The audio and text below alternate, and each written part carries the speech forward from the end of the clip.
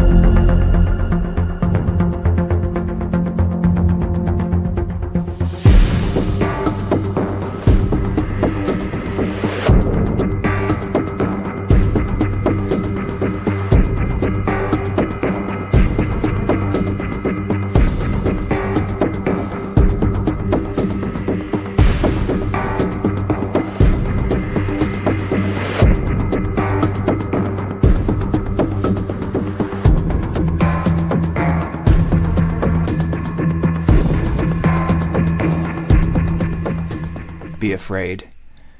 Be very afraid.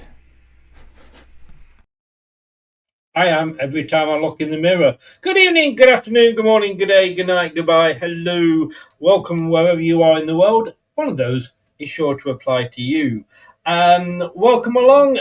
Join in the chat. It's a football show, Jim, but not as you know it. If you've tuned into one of these before, you'll know.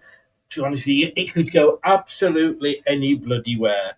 And if you're watching on catch up, get your comments in on in the YouTube bit below. Got 3 victims tonight. I'm sorry, I've got 3 guests tonight that are going to be joining me. There's an old face. Well, I've got to be honest with you, they're all bloody old. But there's an old face that was with us last week for the first time. We wave to him at the end of every season. Maybe one season we will actually share the limelight together. I'll get them all in. This is Leicester Till I Die. This is Talking Balls. A very good evening to you all. Hello, Matt Elliott here. Hi, Alan Smith here. Hey guys, Ian Hume here. Hi everybody, Jerry Taggart here. Be sure to watch Chris and Leicester Till I Die TV for all the latest Leicester City news and information. You can also subscribe on YouTube and various social media channels. for the latest updates and news on Leicester City Football Club. Come on, you foxes! Indeed, do what Jerry says there. And don't forget also, and I want to say a big, huge thank you very much to Manny, who has become our latest member. It's only $1.99 a month. You can't even get half a pint for that, and it just helps the channel because, to be honest with you, it's fucking expensive to run this. 400 odd quid a year just to have this going out live. So $1.99 a month just gives us a help out. It really does. Talking about members, like I say, we've got quite a few in the chat and in the show with me today. Let's introduce them. Let's get them in. We'll do it one at a time because that's the sort of guy I am. Yes, we'll bring him in. Some people think he's a pop star. Some people think that he's in ZZ Top. All we know is he's called the Tom. Good evening. How are you? Yeah, I'm good, mate. Yeah, that was a great introduction. Yeah, I did want to grow up to be an NSYNC when I was younger, but sadly, it didn't quite come to be at all. But the intro music, mate, is fascinating for this show. I kind of feel like I'm going on like a drug-induced version of the Crystal Maze tonight. Honestly, I was sat there just like bobbing to myself, like, yeah, I'm ready for this. I'm ready to go win some crystals, baby. As long as it's not crystal meth, and what you do at your drug crazed end down there in Cornwall is Well, Jim's not here tonight, so that's more of a North American thing, mate. So we'll leave that to his department. But yeah, no, I'm definitely up for this tonight. Let's see how you can catch us out, my friend, and put us on the spot. Well, now there's a challenge. There's a challenge. Good evening to the absolutely beautiful Kate. How are you doing? Maybe if you were thinking of dropping in on the show, this might not be the one that you should have chosen. But, I'm just saying that. Tom wanted to be, did you say in NSYNC? Yeah, and the pop band NSYNC, like bye. Let's bring the man in who wanted to be in the Nolans. Wayne, good evening. How are you? He's on mute again. He's always on bloody mute. I know what, I am going to come round to yours in the middle of the night, like the midnight game show. I'm going to come round to yours and I'm going to disable your mute button. Yeah. It's just, I've got to filter the crap I speak, Chris. That's basically what it is. It's like Top Gear with Captain Slow, isn't it? It's like you always do the same thing every frigging show, Wayne, literally. I know. It's like walking into a lamppost continuously. But it's nice that Manny's joined the fold and he's come over to the Slow Twitch Fibre Brigade, isn't it? It is. This channel will become part of Blue Tinted Glasses one day, I'm sure. The way it's going, everybody is. Look, guys, this is the man that fell asleep with me on his chest. I think he was actually naked at the time. Kate will remind us. And she went up, and all she could hear coming out of her bedroom was my voice. Now, that's not the strange thing, because that happens quite often, but not usually when Dan's there. And she went into the room, and there was Dan lying on the bed, snoring away, with his telephone, his mobile phone on his chest, with my show on, and he was sleeping along to me. What can I say? I knew his mother much too well. He is my illegitimate internet son, Dan, the Burnley fan. Good evening, sir. I just want to say thank you, Chris. There's been thousands, hundreds of doctors around the world that have tried to cure my insomnia. However, watching your show fucking did brilliantly. So I just had to say, really massively, you saved me £16 a time getting medication by just putting your show on. So thank you. Oh, we've started. We have started, haven't we? We really, really have. Yeah, when I said off camera that I had a straw in my drink, it's because I just like to shit stir. You know what I mean? Just keep going. Keep going.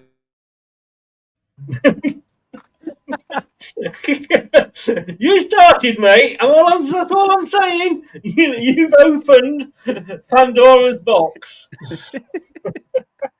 Now, I've got lots of those. Just remember that. Yeah, this is a football show. I'm very well, thank you, Kate. Very well indeed. It is a football show, maybe not as you know it. We do tend to go sort of off and cover many. That was me driving in the car when Daniel's yapping away. I hope you weren't driving.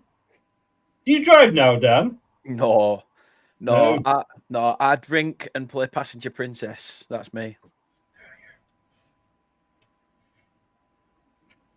Probably, but the roads of Burnley are a lot safer. Thanks to They it. are. Trust me, they are. Yeah. So this is where I know Dan from. For those of you that are new to the channel, because it's been a few years since we used to do things together, if you pardon the expression, apart from him falling asleep with me on his chest. But I used to live in Burnley for 20 years. And the good thing was that I never knew Dan then. But as soon as I came down to Poole, we discovered each other. And we used to do a lot together, didn't we? Well, yes, we did. And, I've sort of kept myself away for a while, but I've been told to chase up the case by Burnley Constabulary, and I've got to remain, so I've just got to keep an eye on your every move now, Chris. I said, this is like a poor man's wanted poster, isn't it? Oh, dear. We met in the same gutter in Burnley, didn't we? Somewhere, anyway. In the same gutter.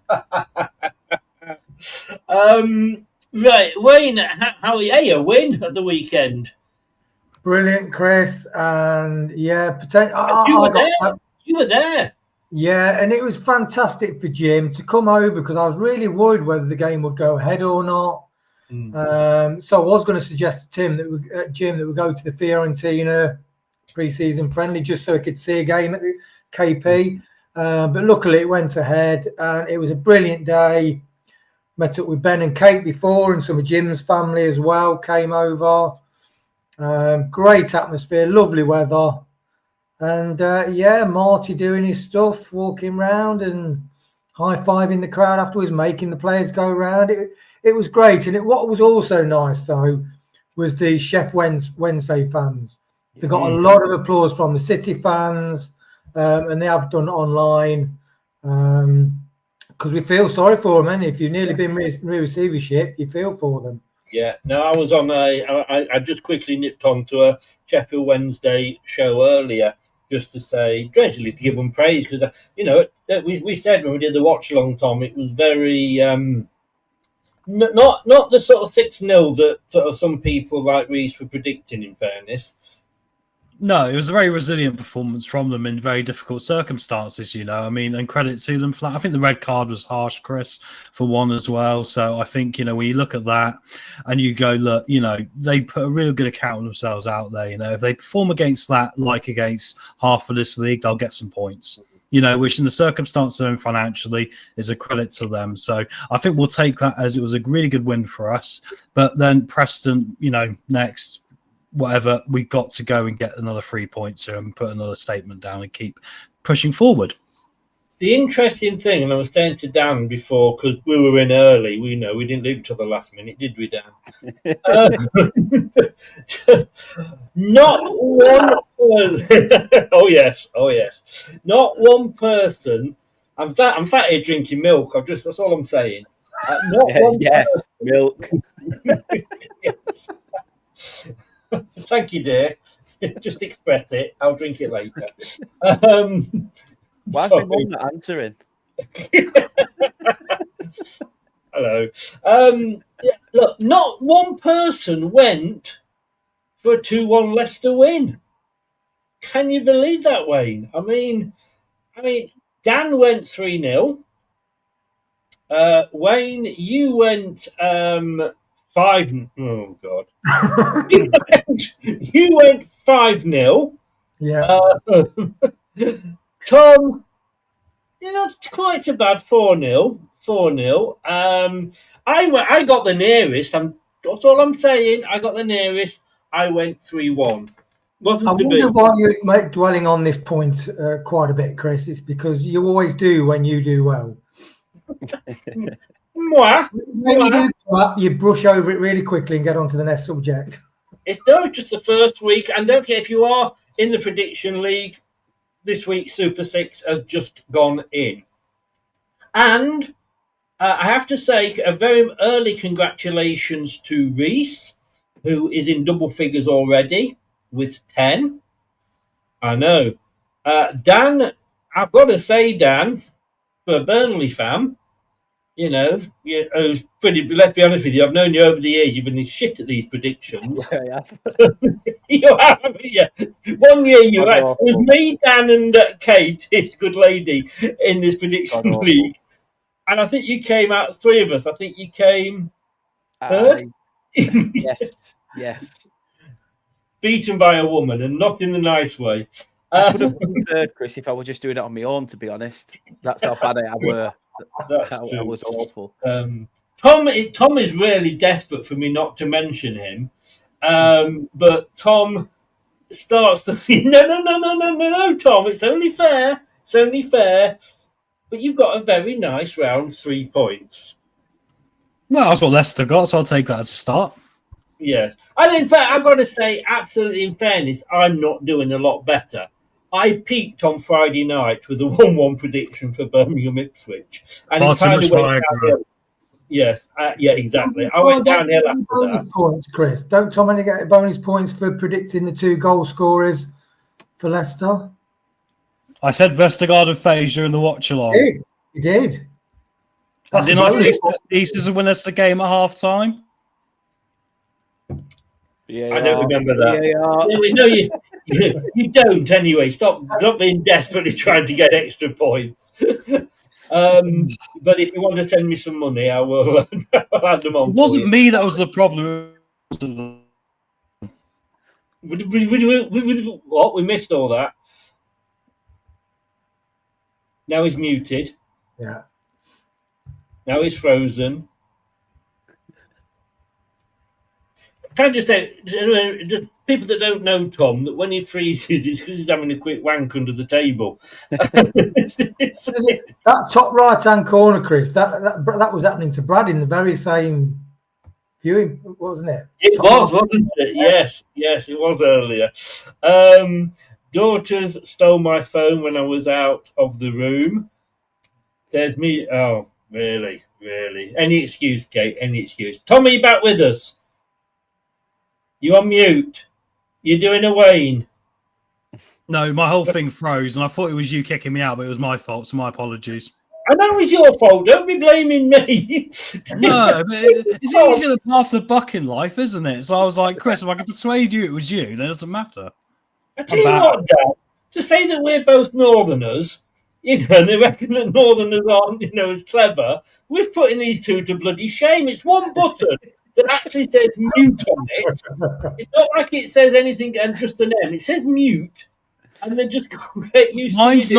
Mine's not got mute written on it. It looks like a banana being peeled. What's that meant to mean if you're Japanese, Chris, and not English? It could be anything. Why have you got a Japanese... I'm going to regret asking this. Why have you got a Japanese keyboard? Well, because, it makes life more interesting. You ever seen the film Lost in Translation? My favourite film. There you go. I like confusion in my existence. Yeah, that's only because of Scarlett Johansson, mate. That's why I said Vestergaard and FaZe would score at the weekend. Look what happened. It's friggin' weird, this world. Dan, this is what I have to work with, They say never work with children and animals. Well, I've got the pair of them here, haven't I?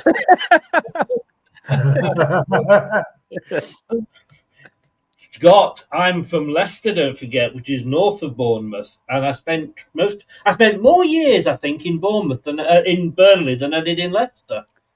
And yet he still worked at Blackburn Rovers. No wonder they've gone downhill. What can I say? Well, thank you, Chris, again. Not only did you cure insomnia, but you sent the bastards down. Get in. He calls my integrity out, but he can work for Burnley while living on Blackburn or vice versa, right? That's such bad integrity, Chris. It's terrible. I got the chance to go and work for a football club, and my thought was that it's like an alcoholic working in the bar. I thought I'm in here, and it was the worst fucking job I ever had. And since '95, but when you work for companies, if they're good companies, I mean, I worked for Simon Jersey, you all know that, Dan, the uniform company. Yeah. And at Christmas, we all got a bottle of champagne on our table, proper champagne, and you're like, it's very, very nice. At Blackburn Rovers, so I left that job to go to. Do you know what we got at Christmas? Fucking turkey. What? I mean, it was very apt because they had 11 of them on the pitch every Saturday afternoon. If I'm honest with it could have been worse. You could have got used to be out as well. That kill it, cook it, eat it. That's what you had to do. You had to chase it around the pitch first. Yeah. Chris, it could have been worse. They could have been giving you signed pairs from Graham Lassou's boots, So, it could have been a lot worse. It was all right, Graham Lassou. Don't know. I'll take Graham Lassou. I missed Alan Shearer. But anyway, let's get on and talk football and not Blackburn because, they're two different things. Yeah, the two don't mash. No, I'm not bitter or anything like that, you understand. Right. We're going to start with this topic. To boo or not to boo? That is the question. Now, I wasn't at the game. Wayne will be able to tell me whether they booed Vestergaard's name when it was read out. I very much doubt they did at the start. No. You were probably... There was oohs and ahs on a couple of players, to be honest, but no boos. No boos. Well, let's put it this way. All the other players got a Ray. Vestergaard got a... Yeah. Well, you say, look, this guy pictured here, Mr. FaZe, him of the You're out there, Vout. Chris, put your pants back on. Do Put your pants back on, Chris. you think I applied that hair grow in the wrong place? You expect me to talk, Mr. Bond? I just like doing that. I do it every show. So look, he's not my favourite. You take that in your shopping trolley around now with you, Chris. It's that wig. You can take that wig everywhere with you. Excuse me. About phases under there. He was giving me a blowjob. Don't knock it. Name Bond, Unibond, and I'm here to fill your crack in. Apologies to Woot Faze if he's watched this while trying to have his dinner with his wife and family. Jesus Christ. Thanks for the winner of the weekend, mate. Cheers, appreciate it. But look, I said, not my favourite person. I said right at the start, doesn't matter what's gone on last season, doesn't matter what has gone on in the pre-season, this is where it starts. And every player should start with a clean slate or, and a fresh start. Could look at Vestergaard a couple of seasons ago. Everybody was writing him off and he was our best defender. And yet, Wout Faze comes onto the pitch, Tom, and he's booed. Now, the camera at the time, unfortunately, zoomed in on him, and he had a great big smile on his face, and it was probably a sarcastic smile.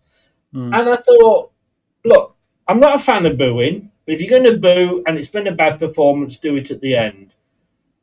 That celebration he was doing there when he scored, fair play to the guy for doing that. And walking off at the end of the game and not going and, doing a walk round with the other players for the fans, fair play to him. I don't think he should have done after the way they treated him. But I don't agree with booing a player when he comes on. Yeah, I'll say that's a very fair point. Yeah, I mean, what gets me, Chris, is I think the easy answer is he's changed his name by default to David Luiz Jr. And then when he comes on the pitch, we're not going to have this question mark on, is he getting booed or are they saying, woot, like we used to get with Robert Hoof? So I think half the fans were probably booing him and half of them are probably trying to say woot in an encouraging way. And it might be misinterpreted. That's what we don't know. So, but yeah, ultimately, I also said as well on Saturday, I stand by this. If that's what it's going to take for Woot Faze to go out there and get us a real top-level performance, and if he's one of those people and needs the world against him to get that to happen, I don't care. Let's ride this horse. It might be chaotic. It might be like trying to be a Spanish bull rider, but fine. Vestergaard seems to do exactly the same thing to us. And like I said, I'm more than happy to be on this channel, on this platform, and say I don't think this player should be at the football club. And for them to prove me wrong and we benefit from it, I think that's a great place to be at. And I think that's where he is. So I would say, look, booing is important. You also said, mate, not to divert it too far away from your original question, that you also said, I think earlier today or yesterday, that you didn't think the booing at half-time was acceptable. I think it was, and I think the reason was because there was a lack of accountability to the level of standard, and I think that booing actually helped enforce the standard. But don't get me wrong, it shouldn't be overused. It needs to be at the right times. I agree, mate. That booing at half-time, Wayne, I don't understand it. I mean, everybody was sort of saying, it was a bad half. It was a bad half. Sorry, I think it was right, because I think actually they didn't have a bad half. But the thing is, Chris, we spent a whole season losing games while having possession and passing the ball around nicely and doing all of these nice little football things with Harry Winks getting 100% passing rate and all the rest of it, but losing, not scoring for 10 games. I think fans have had enough of seeing that sort of football when it's cost us so many opportunities to create chances. And I think when we were actually getting into 50-50 situations, winning the second and third ball, showing a bit more passion in the final third in particular, it didn't matter if you kept possession or not. Then the fans are going to be behind you, and that's what they were booing about. They weren't booing about the fact that we weren't playing terribly, because we're only 1-0 down and we played all right. They were booing from what they were seeing from the pragmatic level of we want to see more positive, more attacking, more quick fire football that Marty's been showing off in training that he wants to show. So I'm happy they booed, and I'm happy Marty had a go at them to make them go, now is the time to go, this isn't good enough now at 1-0 down, so we get it right for the rest of the season. If we didn't back then it would have been rubbish. We probably would have lost or drawn. Did I not say Wayne then? Sorry, I apologise. I didn't hear you say Wayne. I went on a rant. I did a Brad. Wayne, over to you. We went. I mean, we've not got a Tom's too hard this week, mate. Oh, sorry, I thought we did. Get back in your cage. Get back in your cage. But I get Tom, and when he was talking at half time, because when we were at the match, Jim actually said, he says this team is playing nothing like against Fiorentino. He says it's nothing like it. He says, where's the high press? Where's the appetite? Where's the direct attacking through the middle of the park or down the wings. He says, I'm seeing a different team from what played against Fiorentina. And that was the fans' frustration. I think Tom's frustration at half-time was well-founded and was second best to everything. They were really up for it. I think they've got a point to prove. But that, like Tom is big on ice hockey, and that's half the battle. Where's your head at? If it's a bit of a scrap, can you do the bit of a scrappy stuff? And I just felt with, Samari, he had an atrocious half, to be honest. Jim was calling him out. It just really rubbish and being very static and watching play around him. Skip was not being very effective at all. And we looked very weak and not, as we've been before, not able to get hold of the game. And with regards to Fast, it was SK1 that booed Fast. So a lot of the fans were doing the woot, woot. But the SK1 area, they definitely booed him. And that's why after he scored, he ran round the goal and went to SK1 and did that. He said, this is for you, which he's made his bed and lied in it because he's got a history of doing that with the fans. That's the only one to say about Faz. But yeah, it was, I know I said it was turgid until half time, but it really was. And I think it put a rocket up on, and he made 5 subs and they all counted. And Winks was, you see Winks on the pitch doing what he does when he's playing well. Wow. Wow. Well, I think you answered about 10 questions, and 9 of which I didn't ask there, Wayne. Yeah. I wanted to ask you, Tom. The best content on YouTube, ladies and gentlemen. Hit that like and subscribe button right now. Come on, Chris. Well, that's the end of the show, everybody. Thank you for joining us. We haven't got time for anything else after them two. Right, well, if you can shut them two up, Dan, let me bring you in. Is it... I can remember Burnley being annoyed with the club or the players at one point, paying to go in the ground and turning the back on the team. Don't know if you remember that. Yes. Yes. Yes. I mean, I kind of get that. I just don't. For me, I'm not keen on booing, but if you're going to boo, do it at the end of the game.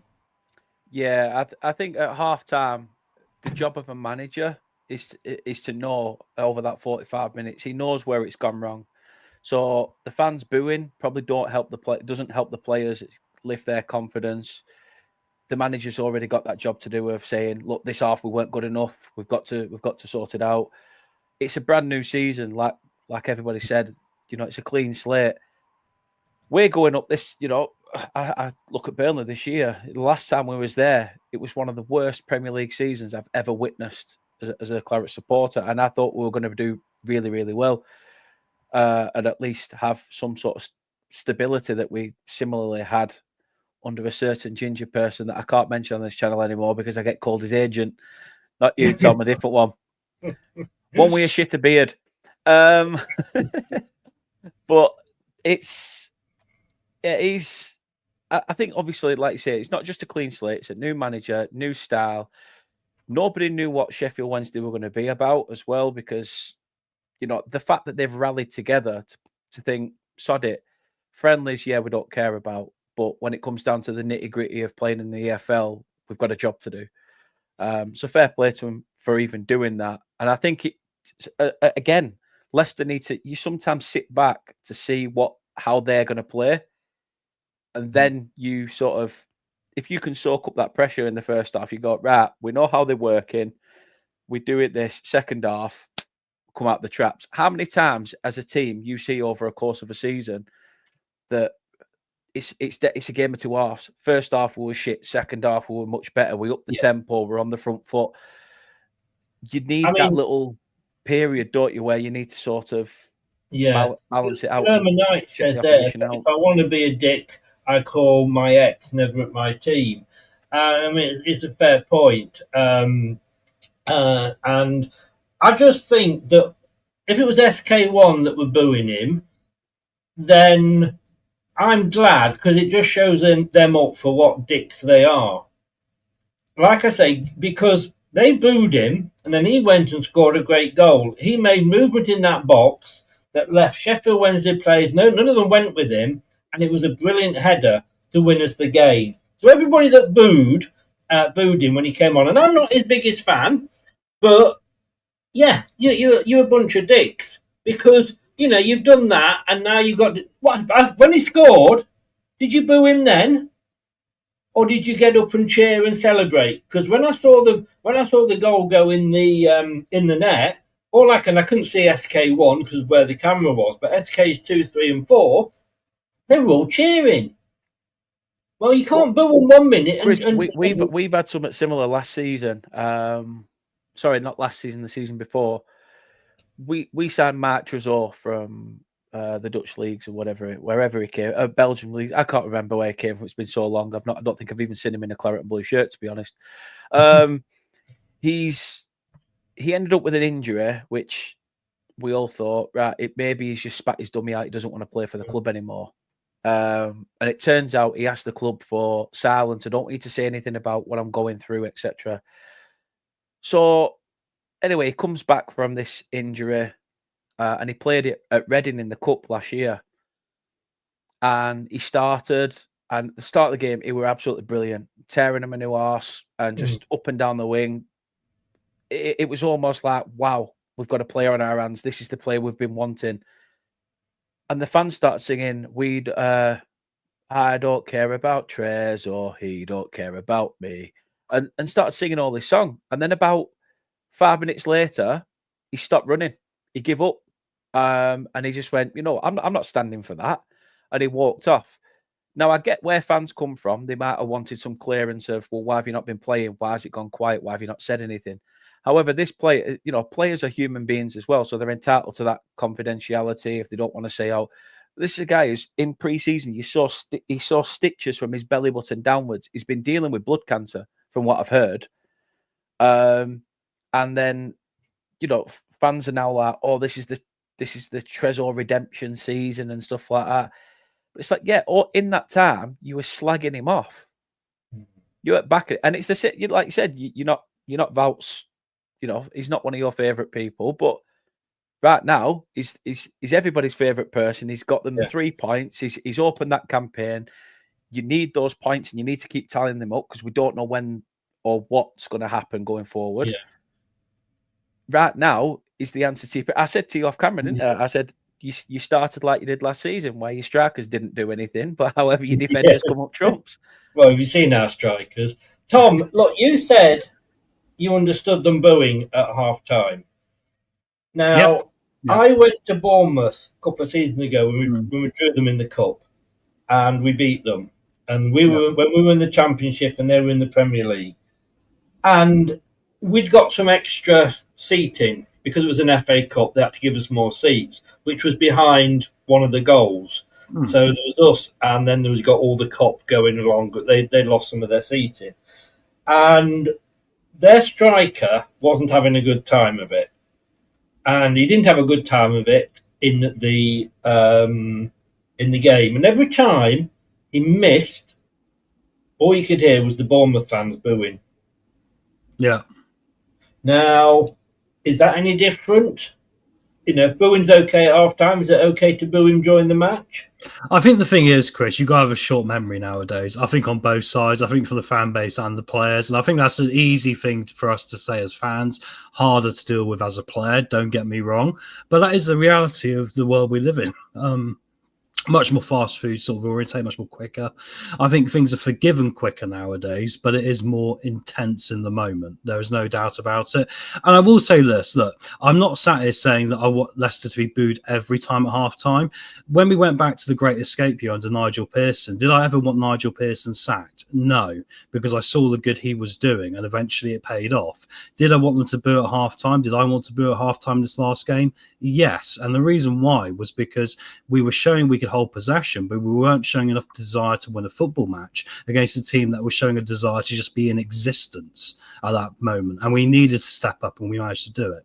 So it's all relative, situation on situation. And I don't think it's down to doing it more times than not. I think in some ways less of it is more effective, but I think the standard has got to be set. And I think we set a good standard with the half-time booing in particular. I think it paid off for us in the end. Hopefully it carries on. Wayne, Martin Cifuentes back looked, and these are his words, fantastic football of outphase after the defender responded to his doubters with a match-winning header on Sunday afternoon.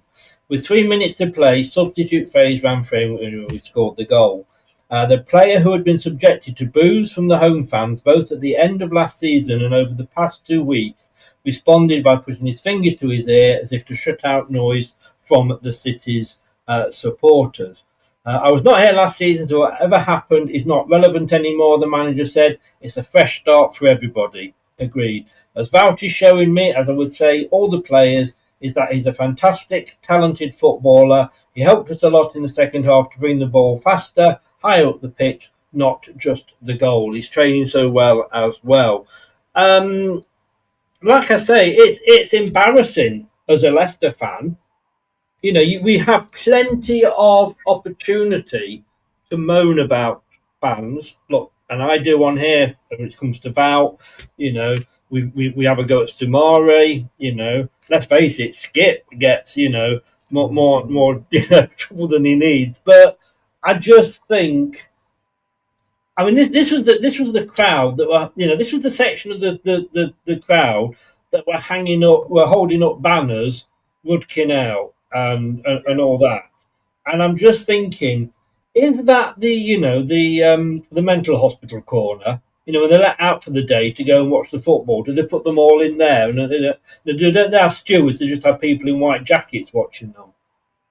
Yeah, I mean, we were talking about this with Kate, Jim, and Ben, and the fact that, like Kate said, that the generation that were brought up when we sort of relegated to the Championship, then we got promotion, then we got to the Premier League, the Nigel Pearson era, did the fantastic Great Escape, which was wild. Then we won the Premier League. Then we had Brendan Rodgers, fantastic, pushing for Europe, won the FA Cup. And some young Leicester fans have only know those times. They not know the times where we've had Ian Marshall up front, Ian Ormondroyd up front, lucky to get David. Marshall was great. I loved a bit of Ian Marshall. Come on. Quality of football, though, Chris. Words win. Adi Akinbayi. Yeah, exactly. We've had some really dark times as a football club and nearly gone down.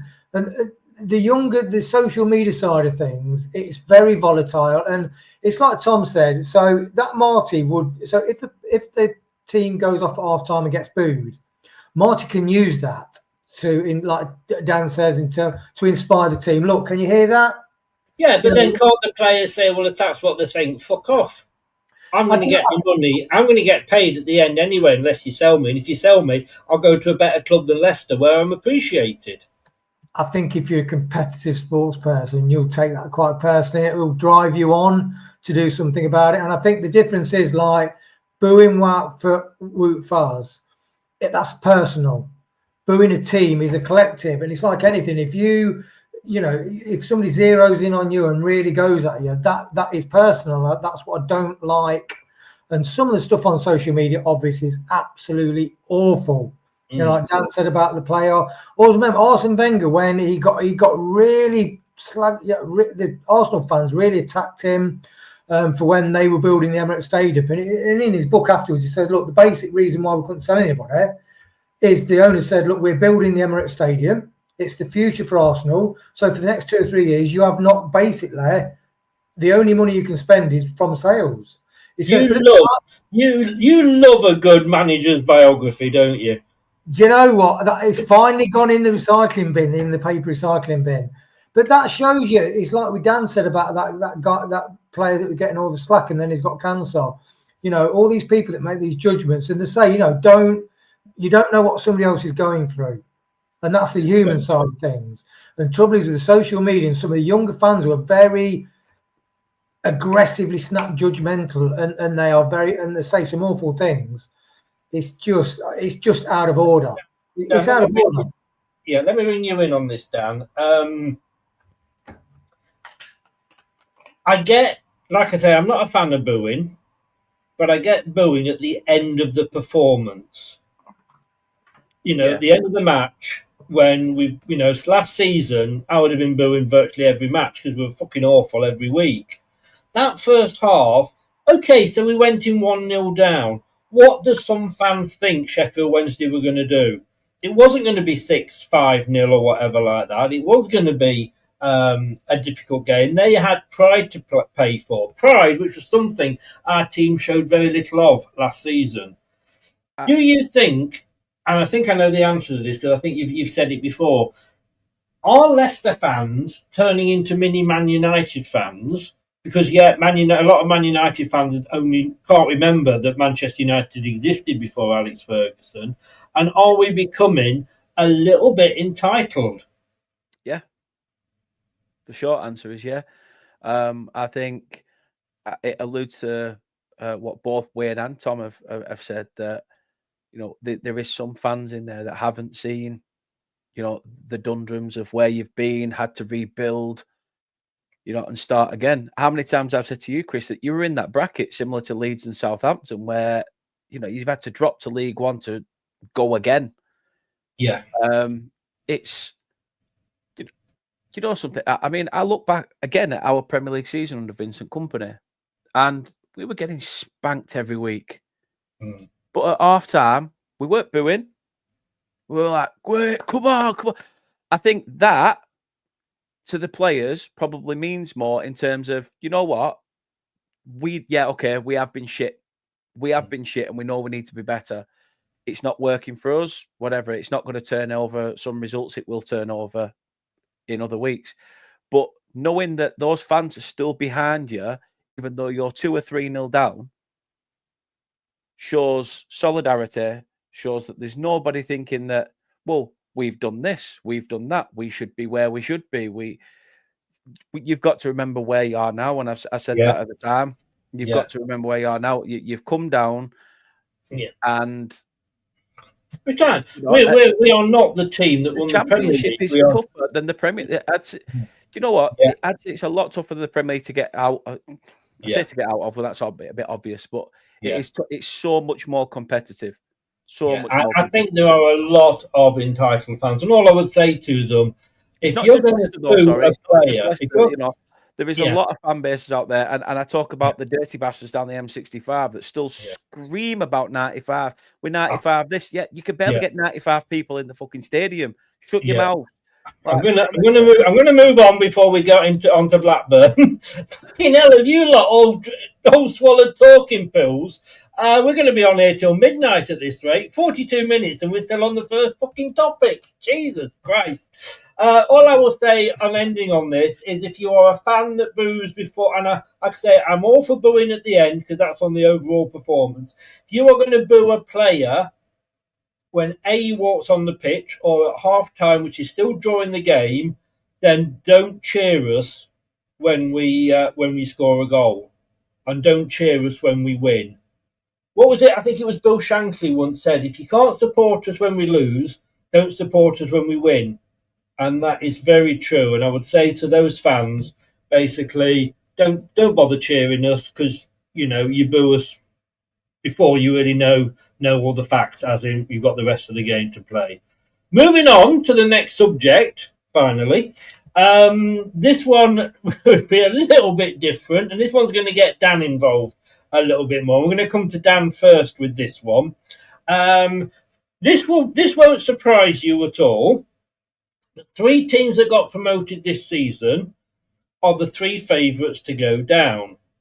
Now, depending where you which bookkeeper you actually decide to follow, depends which order you put them in.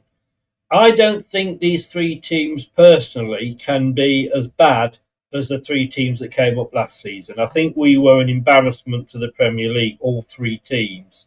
But is it, Dan? Is it, and I'll get the right mouse, I've got 3 mice here, is it straight back down for those 3 teams, Burnley included? No, I think at least one of them stays up. And I'm not going to say who, because you know who I'd like it to be. But no, I think there's a lot of teams in there that have struggled. I'm looking at the likes of Wolves. I think Keith Andrews at Brentford's in a bit of trouble. Southampton under Thomas Frank, if they can't get it right straight from the off, they could be. Southampton. Has he moved to Thomas? He's moved to Southampton already. Thomas Frank. Tottenham. I don't know why I said Southampton. thinking about my 3 points from last week. Hey!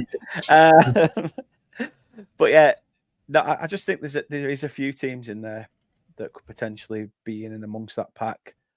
And I keep seeing Leeds and Sunderland and the questions people are, oh yeah, but they're spending money on this and we spent 100 million and did nothing. Money doesn't answer everybody's problems. If it did, it wouldn't be the root to all evil, would it? And I'll take you back, Dan, to what we were just saying before about pre-Alex Ferguson at Man United.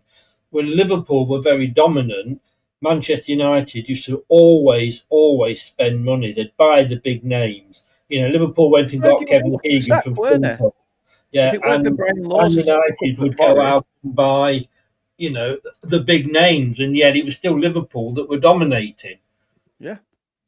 Yeah, I mean, everybody loves an underdog story. Everyone wants somebody to do well that's come up. You know, over the years, I look at even those over at Pennines, like Huddersfield, or you got Blackpool. You know, everyone thought, oh, you know what, an underdog. Luton even. You know, we were in the Prem with them, and we still wanted. If we're not going to stay up, I hope Luton really do it and give a good go of themselves. So, who knows? Nobody likes Leeds. Sod them off. Sunderland want to be there and want to compete because obviously they get the Northeast derbies with Newcastle again. We've been in and around it a few times, and I think from our board perspective, we want stability there now. We almost want to be like an Everton that's just an ever-present that's in there. I don't see all three going straight back down. I think at least one will stay up. Okay, Wayne, let me come to you. Do you see all three going down, or do you see one of them being able to survive? And if so, which one? And you're on mute again, you little. He's done that on purpose because he was going to give a parliamentary answer as usual. Yeah. No, I love Dan. You know what I mean. He brings a lot of joyful energy here. But I do think the gap is too much, and it's like you spent 100 million. You've got to spend at least 100 million. I know Liverpool booked the trend because although they just signed somebody for 100 million, they like the first year with Slot, they didn't sign anybody, and they've historically always been really good money wise with signing players, and they've normally, like when they signed Van Dijk, spent all that money, but how effective was Van Dijk? So. Very different to Man United. Yeah, they have. I just think, I've got a mate who's Liverpool supporter, and they've always been historically careful with money.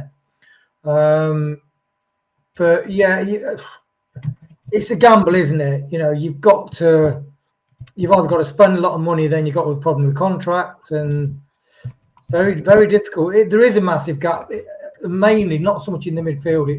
It's in both boxes, isn't it?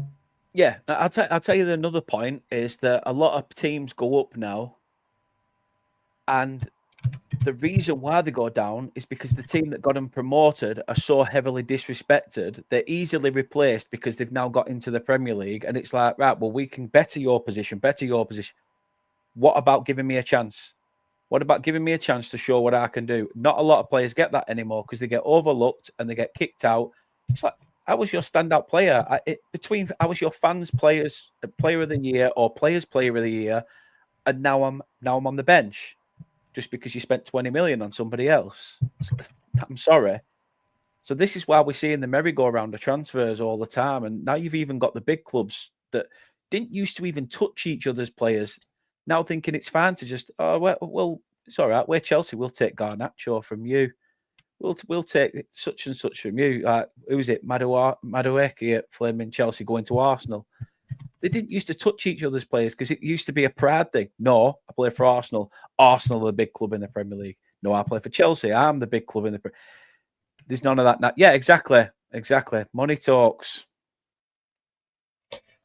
So, sorry, I'm doing two things at once here. Well, did you name a team there, Wayne?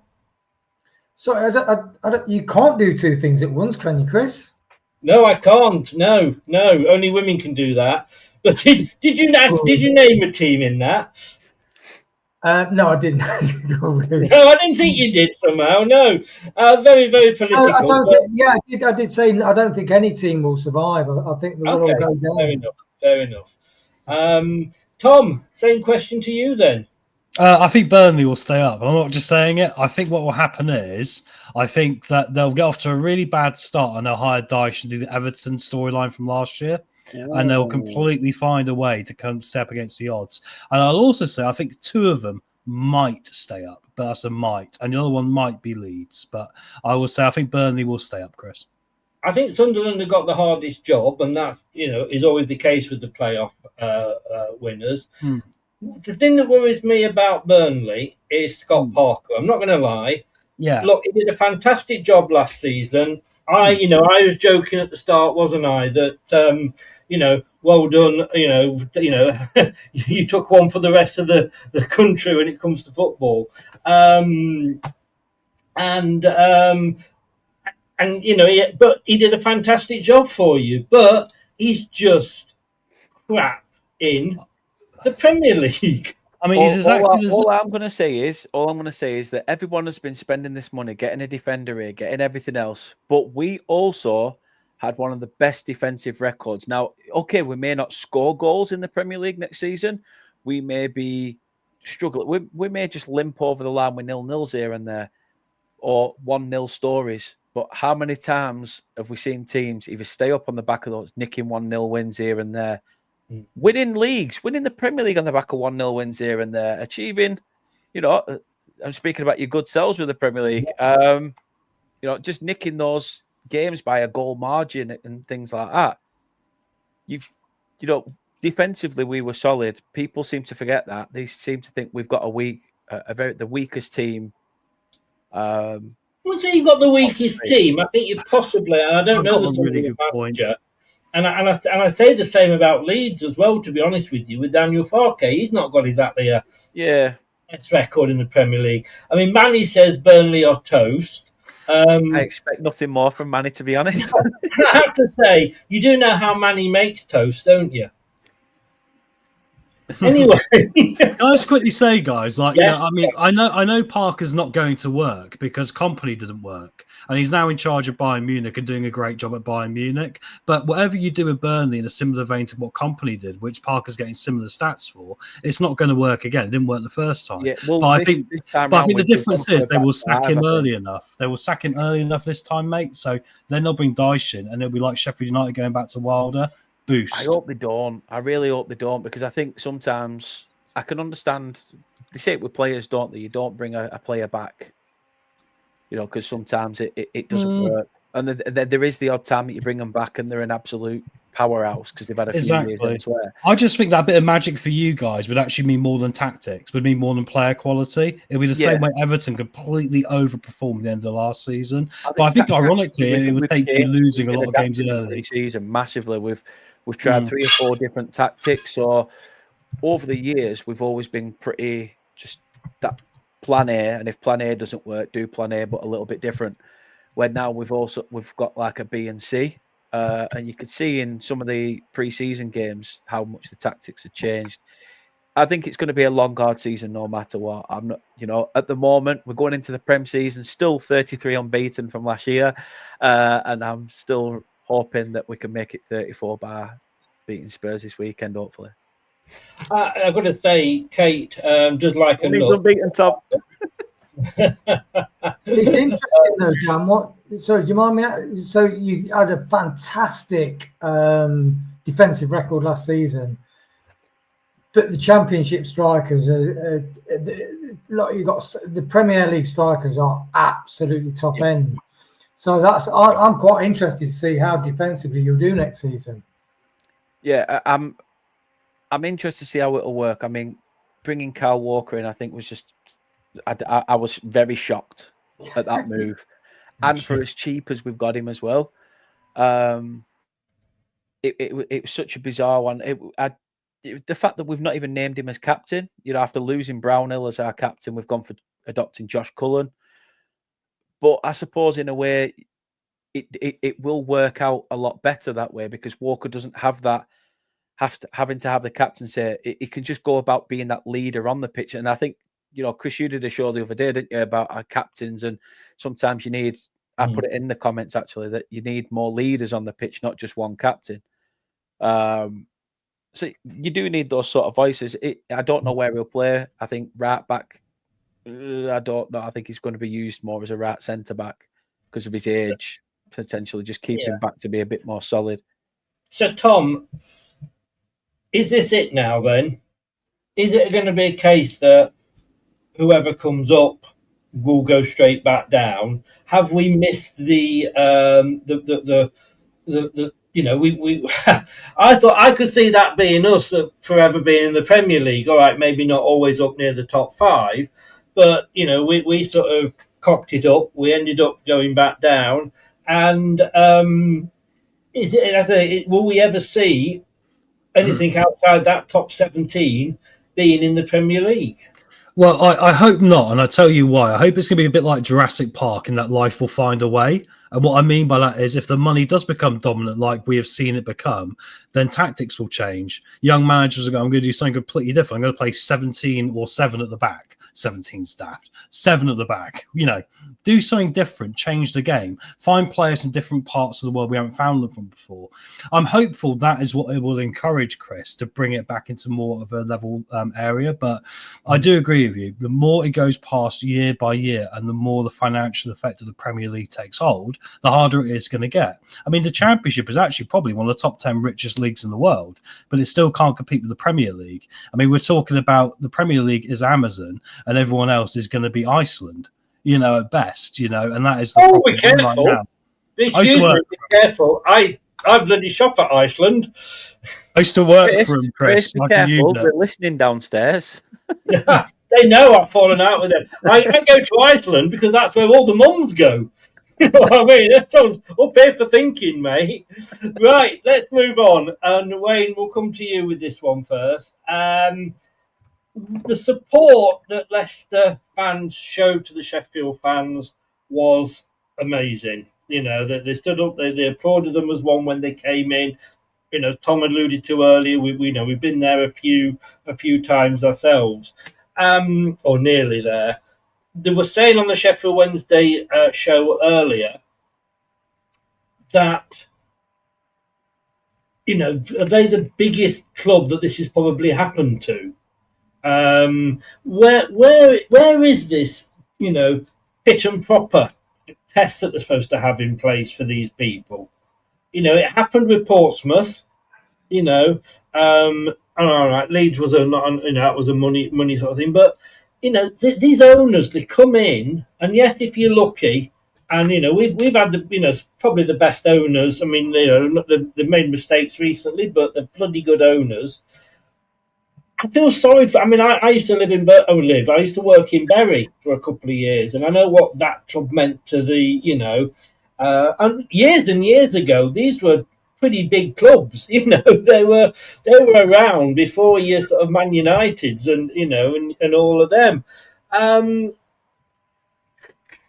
Should the EFL and obviously by default the Premier League, should they be doing more?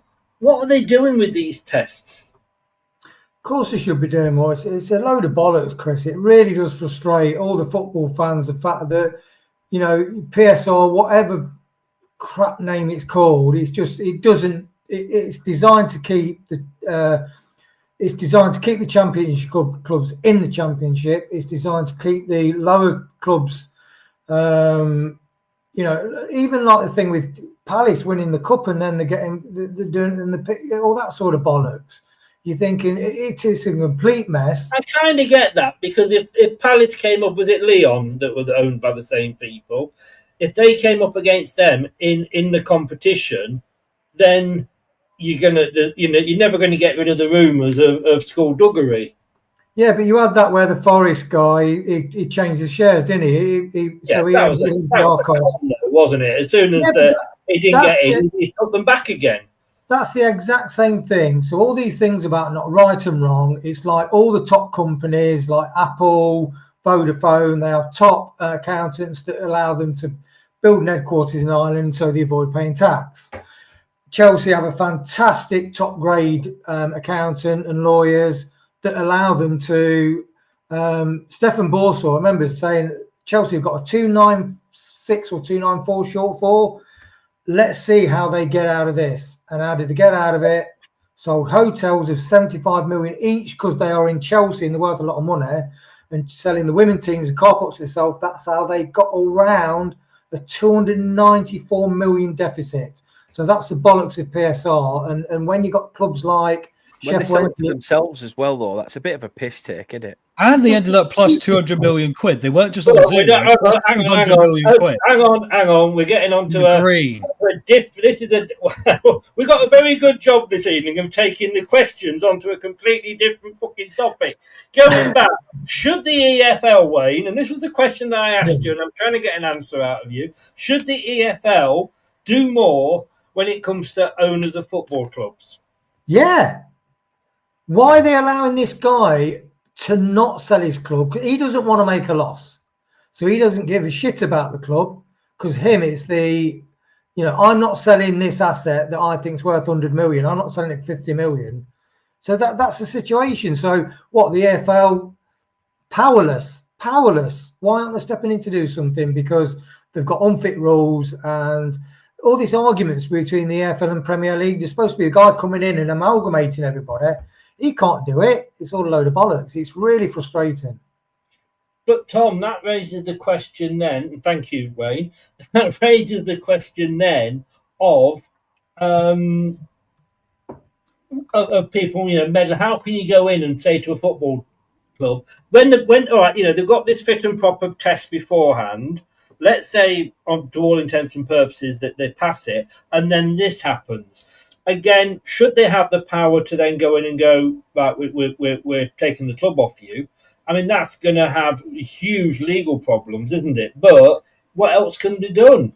Well, there's many other things they could do, Chris. I'm sorry, the EFL is stupid in how they run it, because they don't have to put themselves in a position where if the owners are fit and proper or not, they have to put the rules and infrastructure in the place for the Football League, that the wage budget is restrictive to every football club, to not allow football clubs to overspend at that level, to give everyone a certain limit based on the TV revenue, the commercial revenue, the advertising revenue that's being brought in by the Football League. And I'm going to say it, the EFL are terrible.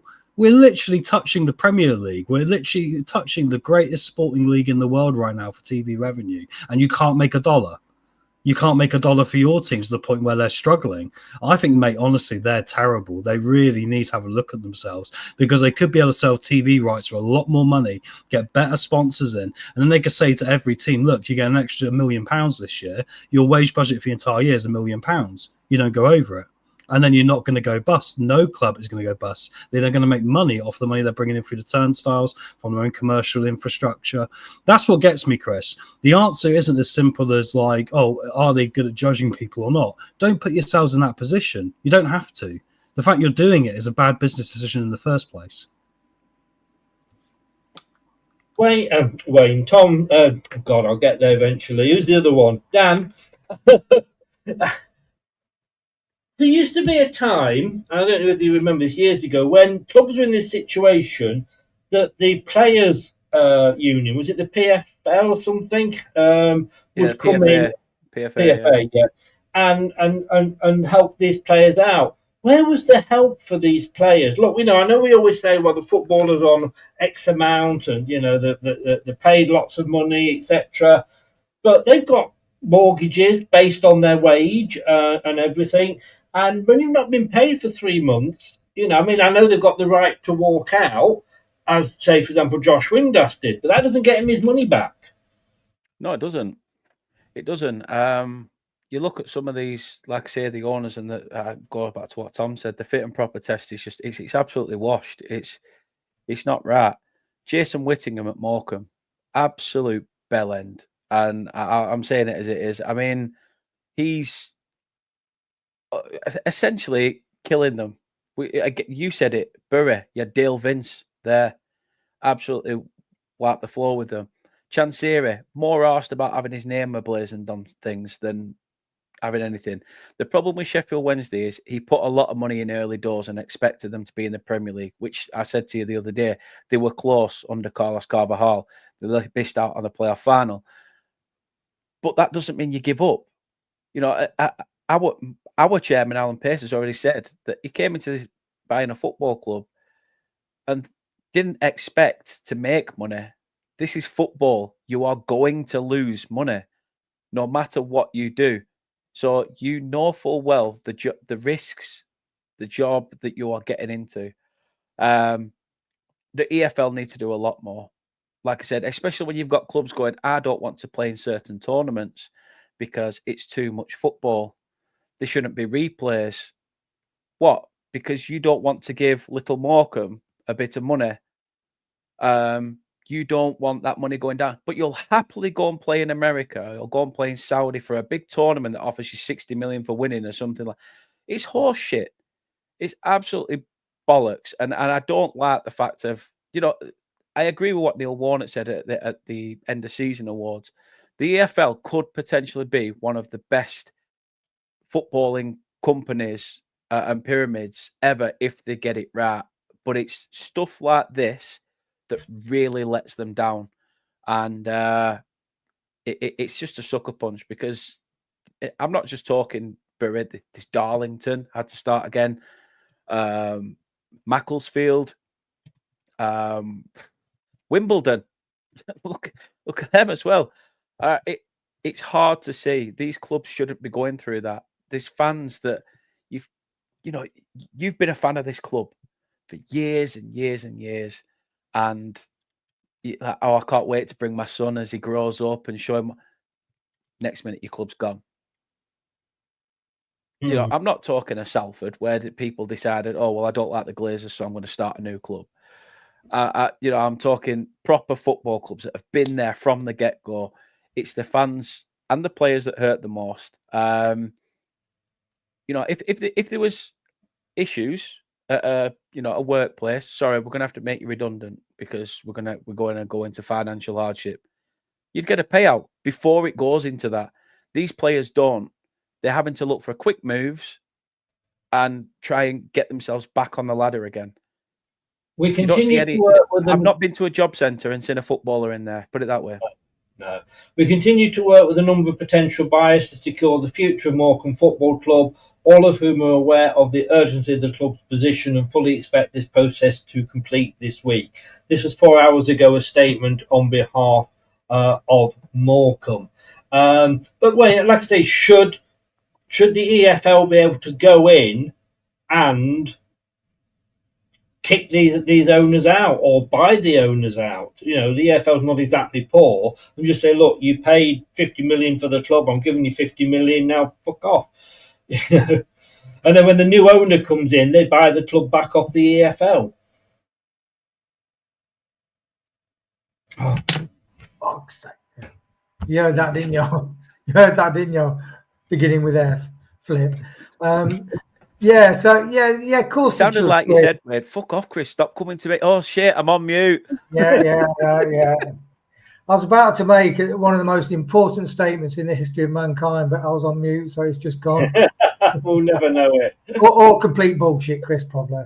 Yeah, but of course they could. I mean, there's been accusations of why.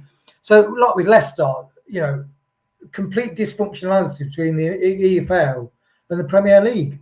No, so Leicester got away with that. But the system, why the system? So VAR, you got a lot of arrogance with a lot of our EFL in the Premier League. So cricket's had brilliant VAR, tennis, complete automatic Hawkeye.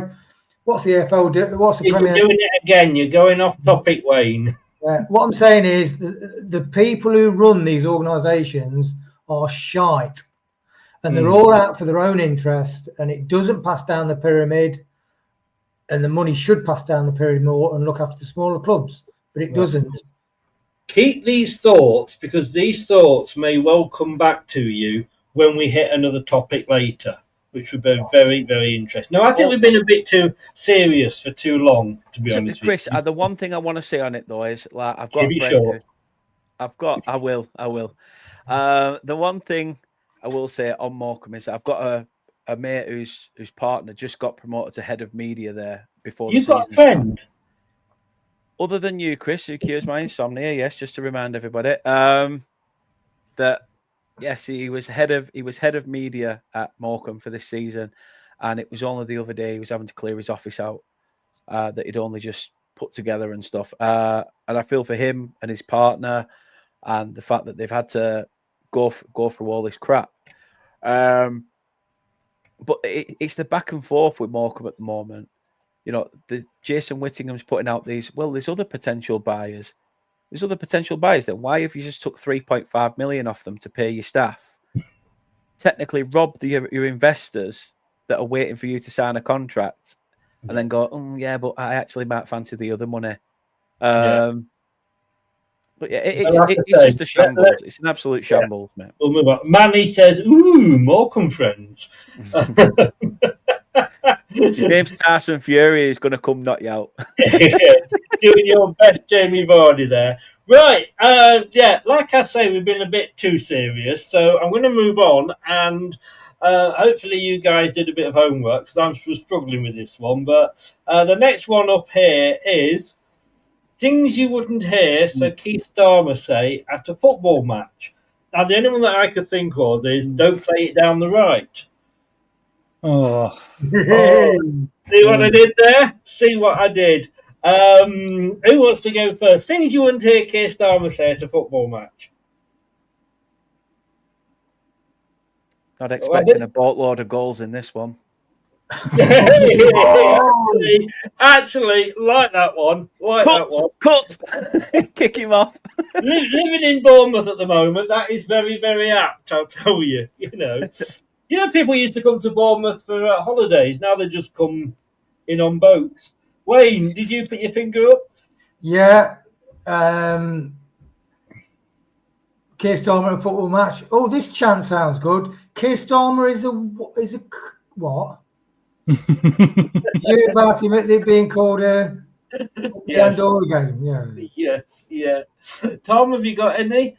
Oh, mate. I mean, no, I don't. Honestly, I'm literally just here, just like Keir Starmer at a football match. This is the improv person, by the way. I know. I was just thinking, how far do I push this? Because the part was just like, I just hope they tear him limb from limb. And just like, if he's at a football match, so they just all burst through the barricades and rip his arms and legs off. But that's probably the only time I'd allow booing. Yeah. Yeah, I wouldn't mind him being booed. Things I wouldn't mind. Sorry, Dan, you're from Burnley. That's a big red area. I'll tell you what, Chris. I'll tell you what would be a thing you'd never hear him say at a football match. Anything that was the truth. Like, for example, he would say, like, you could say to him, like, £5.60, that's £5.60. Give him £5 note and, like, a 50p and a 10p. And he'd go, no, that's £5.70. So, he can't get it right, can he? So, no, he wouldn't. I mean, along the lines of, do you like this suit? I'm struggling myself with this. Oh, my God. I'm struggling. Starmer, what's the chances of seeing you in? Never mind that. This round's on me. 2 days later, Sir Keir Starmer claims it back on expenses, the bastard. Yes. Yeah. Wayne? Would you like to see my private box? I'm sorry.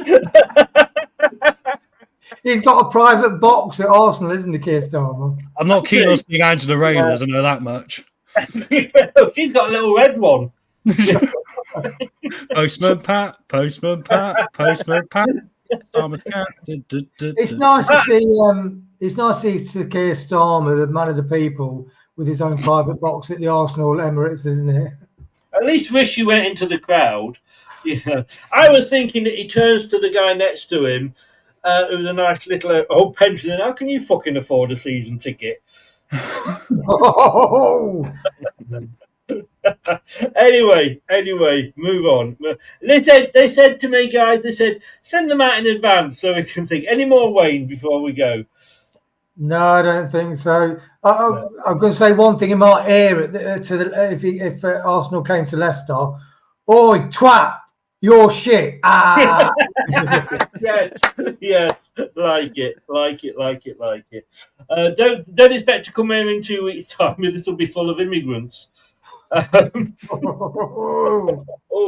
you wouldn't hear Sir Sir Keir Starmer say at a football match? Come on, you Spurs. Hey, that is true. And Keir Starmer, unlike Arsenal, of course, at least he has won something in the past couple of years, hasn't he? Anyway, moving on.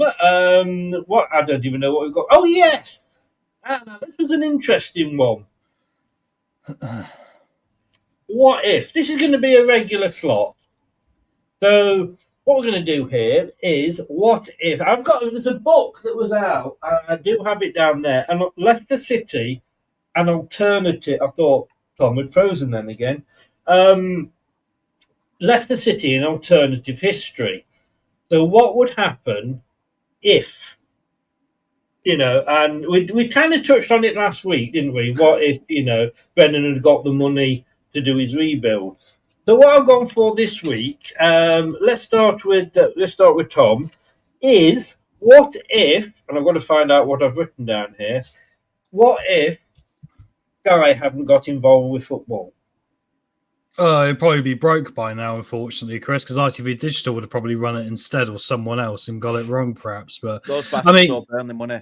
I mean, maybe it'll be, where non-league is now. I don't know, but the reality is, I guess, actually, if Sky hadn't actually taken it on, someone else would have, because the way the companies are, like Amazon coming out and, the not so recent past, I think it would have ended up the same anyway. I think you can literally just change the logo or the name of the company, and we were going to end up here anyway, probably.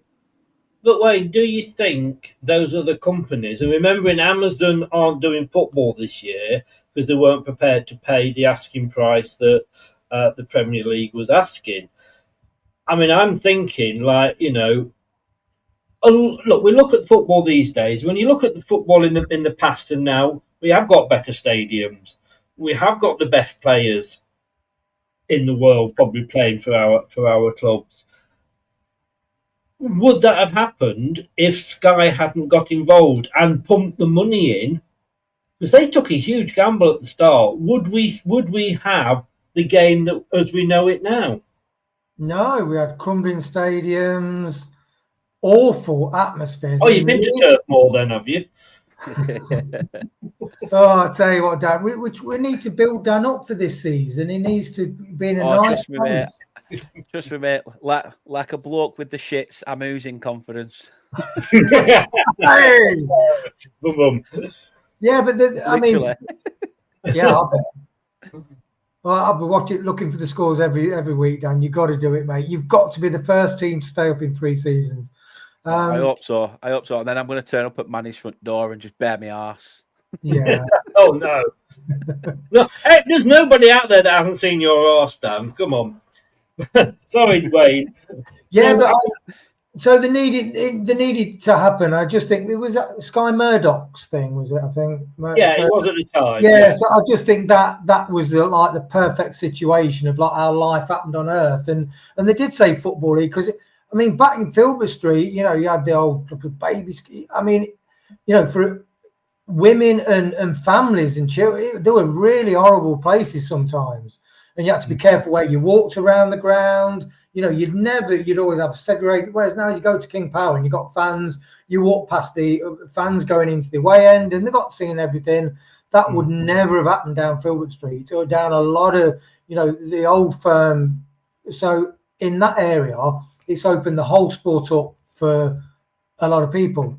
So I think, they were the right people to come along at the time and it's been good for football.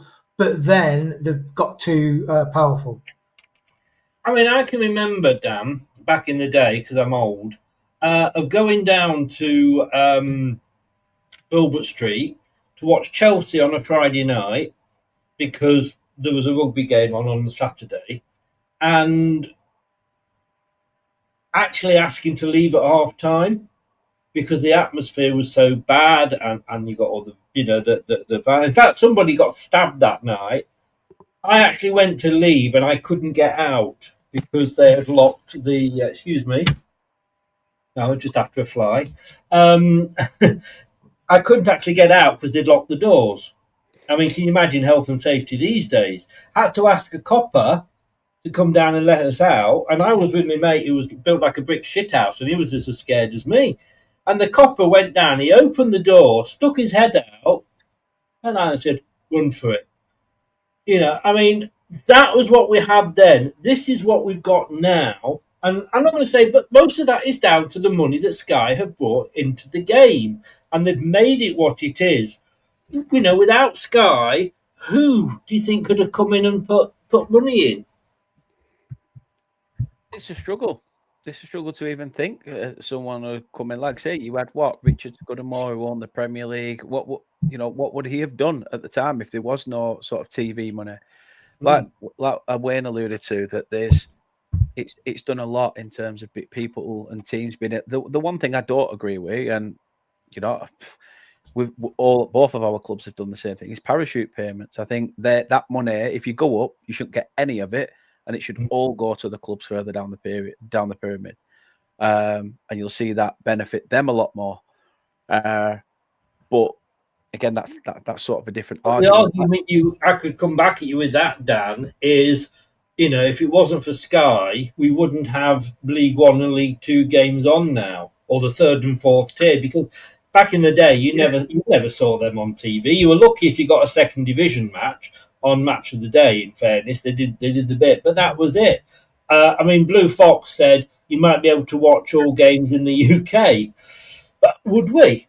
Would we, Dan? I mean, because I don't know. They run about some sort of Netflix thing, aren't they? Like almost like a package deal thing that you can do, like so much a month, and you can watch every game in the Premier League, which I'd get on board with. One, it would stop the fire stick situations around the world, and it would also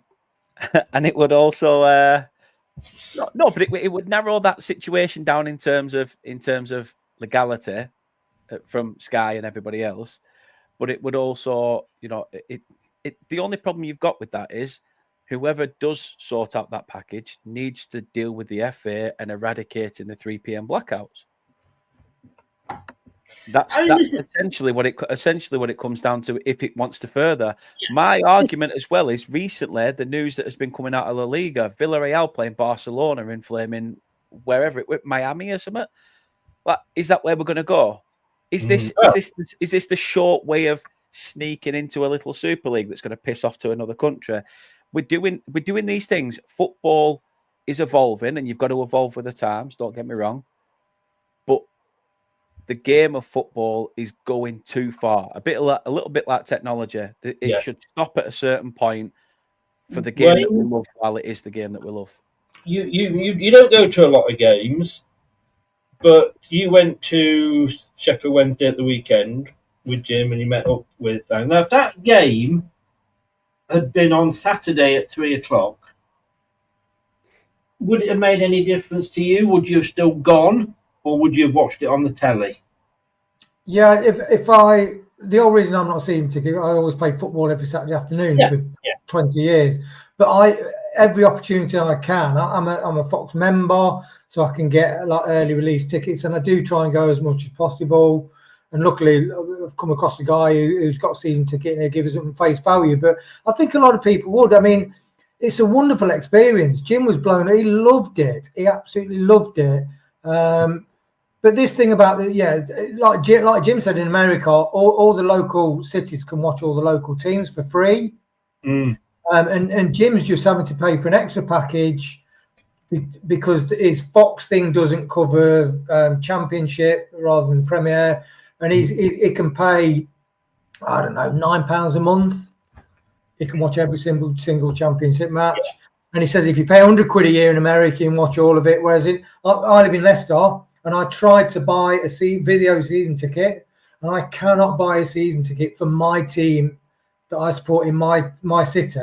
But if I lived in any other country around the world, so there's all these packages of dealing, and you know, it's just stopping the fans from, I mean, I my attitude, Tom, to this is, if I lived in Leicester and I could get a season ticket, I would sooner go to the match and enjoy the atmosphere and the whole package of going to a live match it's because, you know, I live, like I say, a 7-hour return journey away, you know, and then you got parking and the food cost, the petrol cost, etc., etc.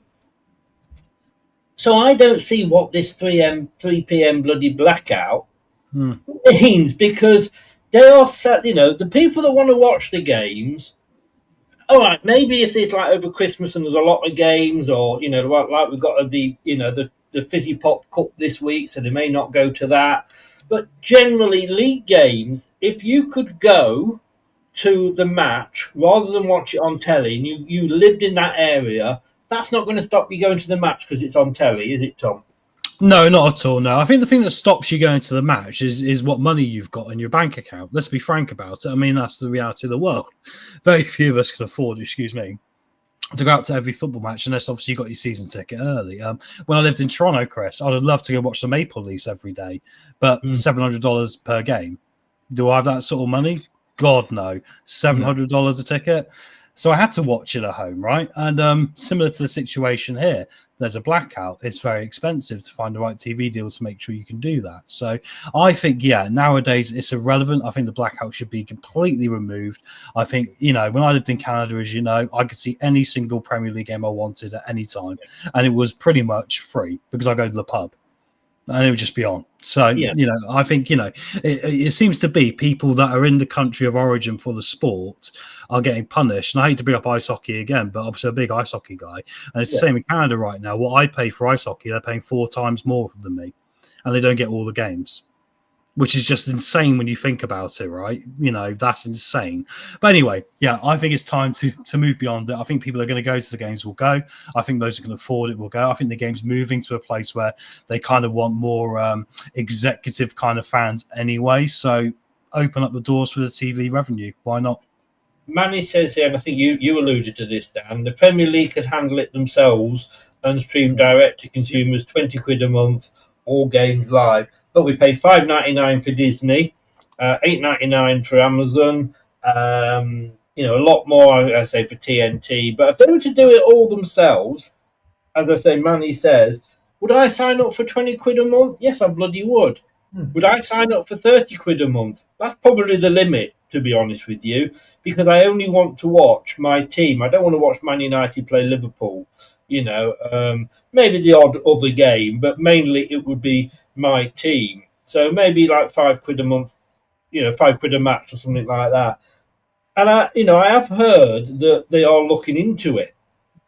And this was a while ago, so I don't think it's going to happen anytime soon. They've just signed like an extension with Sky. Didn't it go through Parliament recently that and they voted against curtailing the 3 p.m. blackout?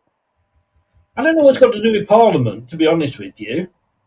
Well, I didn't, but apparently it went to Parliament, and I don't know if it's one of those things on, you know, that you see on Facebook where so many people have put their name down and said, well, it needs to go to Parliament and things like that. In fairness, what the fuck do politicians know? Oh, yeah.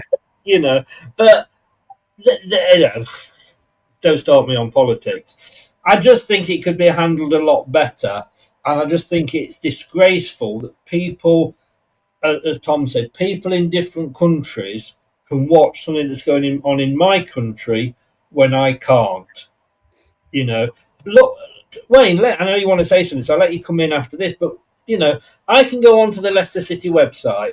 I can buy a pass to either listen to the commentary or watch it. Not if I'm in the UK. Yeah, exactly, Chris. There's 1 year where they did a special offer, and it's when I moved house and I couldn't get the internet sorted out. I thought, you know what? I think it's during COVID when they were empty stadiums. I thought, you know what? I'll buy it. It says like early bird offer, 99 quid. I thought, yeah, I'd rather the money go to the Leicester City Club. Yeah. Tried to sign up, couldn't do it. It's normally £200 a year, and I would pay £200 a year for seamless. So I can just watch it. I think, yeah, I'll give 200 quid a year to my football club rather than a TV company. But I couldn't do it. But then, interesting, what they did, that you couldn't buy a season pass, but they started to release individual games on the day for £10 each. And they did it for half a dozen times, and then they stopped doing it. So I don't know why they're allowed to do it on a temporary basis, and then they couldn't. I think people complained that it was too much. I mean, you could get. I used to have Now TV, which was a bit of a shit shack, to be honest with you. They were part of Sky, but they never admitted to be part of Sky. You couldn't ring up and speak to anybody, but you could buy a day pass for a tenner.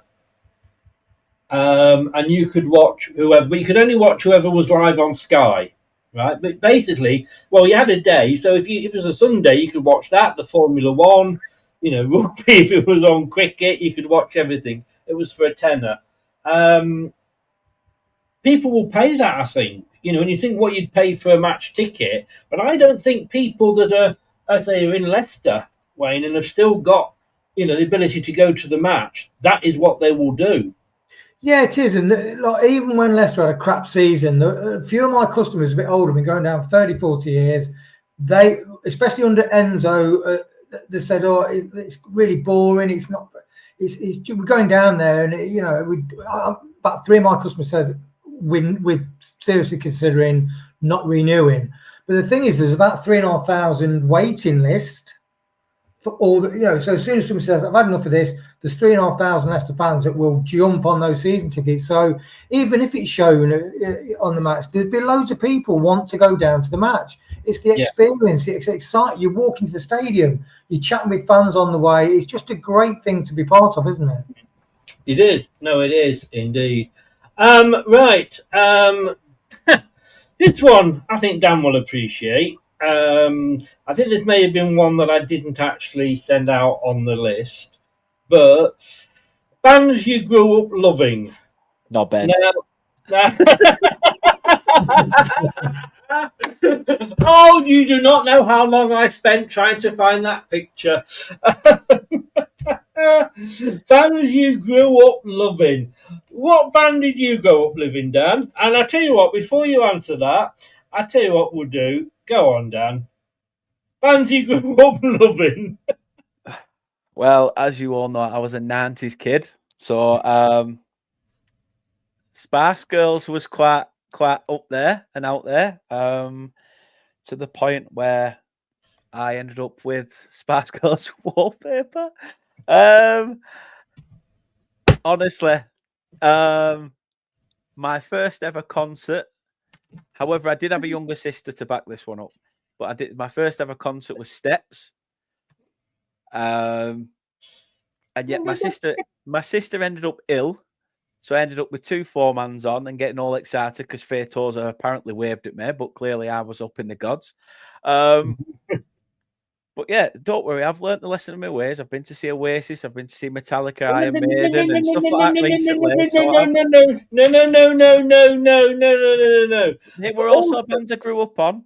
Also, what was that CD you were holding? That famous picture of you that I think you had it on the show with me and Mel. I mean, we'll forget the Man United pajamas. Let's leave that aside.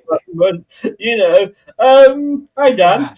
We'll forget the Man United pajamas. You were young. You were silly. You were still learning. Yes. What was that CD you were holding? Do you know what? That year I got a PlayStation as well, and I was absolutely buzzing. But yet the one picture that got took was me in Manchester United pajamas holding up an S Club 7 CD. And I have to say, fair play to Dan, because he actually did put it up on screen in a show we did a few years ago. I will admit it, and I'll tell everyone now that obviously I didn't start following football till I was about 6 or 7, and that's when probably my mum met my stepdad. He was a big Everton fan, so and I was like, I've got to find my team. My grandparents, my granddad on my dad's side supported Man United, and I thought they were the team at the time doing well, so I just went with it. But it was only when I realised 2 or 3 months later that I was like, no, that it doesn't. You know when a club feels right. And I went on my first Burnley game. I think we beat Stockport 2-1. And I'm talking like players like Kurt Nogan and David Ayres were playing for Burnley at that time. And I just remember loving it, seeing Bertie B do the worm, and just like I was like, oh my God, like these stadiums are massive. And okay, with the first day, but it just suckered me in at that point. And ever since then, I've not looked back. Okay, Funnily enough, that's I'm going to Old Trafford at the end of August to watch Burnley play Man United. Trust me, it's to see Burnley play, you bastards. All right. You've explained the pajamas. Yes. But I'm more interested in the S Club 7 CD. Yeah, it weren't too bad. All right. You've had a troubled life, haven't you? Listen, I'm a guy who was brought up on cheesy pop music, so sort of just followed, and now I just like a bit of everything. I'm not arsed. I listen to bluegrass, country, rock, heavy metal, or if I like it, I'll listen S to Club 7. Well, not S Club 7 now, are they? S Club 6. Trust, there's a reason that nightclubs like Pop World were brought around, because when you're pissed and you've had enough of listening to the same while you're out, sometimes you just want to sit in a corner and just listen to some cheesy pop, thinking, you know what? Start with the cheesy pop, then it leads to cheesy chips and the taxi over there. Yes, perfect. Bang. Sorted. Tom, come on then. You grew up in Leicester, I take it, before you went to Canada. No. My dad's from Leicester. I grew up in North Devon, mate. Oh, all right. So you grew up in the UK. Yeah. What was your first band that you got into then? I mean, I know Dan's was S Club 7, if anybody's missed it. Mine was No Doubt with Gwen Stefani. No Doubt from California, and about 94. Like Don't Speak, Ex-Girlfriend's another good song of theirs. Oh God, I got so many. But yeah, and that led me onto the path of doing the S Club 7, the Spice Girls, Steps, Deeper Shade of Blue. What a track, mate. That is a Unbelievable. banger, to be fair. Banger. And then into you went from No Doubt. Yeah, You went from No Doubt to S Club 7 and Steps. Yeah, it's funny because Gwen Stefani, ironically, led me to the Spice Girls because they all had girl power, ironically. And I was trying to work out what my penis was at that point, Chris. So I was intrigued by these things. And I was like, oh, she's got a lovely voice. So she's very attractive as well. So I, followed suit from there. But then, my favorite band nowadays is Seven Dust. I got into new metal afterwards. I've completely deviated. Then did you go from that to H from Steps, as Manny would say? No. I sadly not. I think the closest I'll get to that is I like a bit of George Michael, perhaps The Weeknd, because I saw The Weeknd perform in Toronto before he was famous. And I was like, who's this guy? It sounds like Michael Jackson. Never expecting him to be The Weeknd that everyone now around the world knows. It's unbelievable, mate. Maybe. I don't know who The Weeknd is, but, Oh, he's bloody good. I'm only a radio DJ. What would I know about these bands? Never heard of it. You should know someone that's performed at the Super Bowl halftime show, probably. I don't watch the Super Bowl. It goes on for about 3 days. Wayne, before I tell you mine, who was your first? Well, I'd say we've all got guilty pleasure like Steps and things like that. And ABBA Dancing Queen. It's great that nowadays. ABBA. It's great that nowadays, all the great ABBA. You can just say, I love that it's such a happy song. And it's okay to say, I love it, it's a happy song. And ABBA were when I was young, Agnetha and Frida. And who was the other one? Frida, that's right. I mean, they were stunning, and the music was happy. But the first ever record that I bought was actually a floppy disk. It was a floppy disk off a magazine, and you had to put it on top of a 45 to play it on the record player. God, I remember them. Yes, I do. Yeah. Record player. For anybody that's young like Dan, a record player is something that you used to have to buy and play. Hold on a minute. What's that up there in the corner? That's my record player. Is it? Yeah. It's your drag costume. It says Queen on it. I had my Queen LP on earlier while I was trying to tidy. Nothing wrong with a bit of Queen. You're always a champion to me, mate. Hey, don't stop me now. I'm in full flow. I just need somebody to love. Save me. That's not even Queen. That's Jefferson Airplane. Fucking hell. Hello. Queen did a track called "Save Me." Oh, did they? Oh, okay. Yes. We somebody to love. Okay. I just want to break free, if I'm honest with you. But I've got to say, Wayne, that is a very good point, because when I used to be, and I still am to a point, but into the Eurovision. But I just like the points bit. I don't like to actually listen to all the songs, which I guess defeats the object a bit. But I love it. A porn show, isn't it, Chris? I absolutely loved ABBA when they came out. I bought every single, every album. My wall was covered in the posters because, like you say, Agneta, my God, because she wears some tight costumes. I mean, if she farted, you could see the bubble. Let's be honest, And she was asked once, wasn't she? Because they reckon she had the sexiest bottom in music, and she said, "Well, I don't know. I've never seen it," which I thought was a great answer. But I love, and now ABBA, of course, look at that. Having Voyage is absolutely fantastic in London. Mamma Mia, the musical. I mean, they're just so cool, these. And I think it started, to be honest with you, with Bono and U2 singing an ABBA song that suddenly everybody went, ooh, But I've got to say, my first bands you grew up on, not when you're in your 30s. You were like Lambeth Walk, and who are you kidding, Mr. H, weren't you? Steamboat Willie from Disney in the 1920s, boys. Who? The first Disney cartoon. Sorry, mate, it was a bad reference. I just think Dan can't get any worse. It can. It can. It can. This has got a massive collection of 78s. Oh, fucking hell, what's this? Big old Chris night. I remember 78s because my mum used to have those 78s, and you used to buy a record player, and it had 78, 33 and a third, and 45, depending whether it was an old record, a long player, or a single. I can remember when singles were 50p. My lunch times were spent, and anybody who's watching from Leicester, if you're old enough, will remember there's a record shop called Ainley's. Yeah.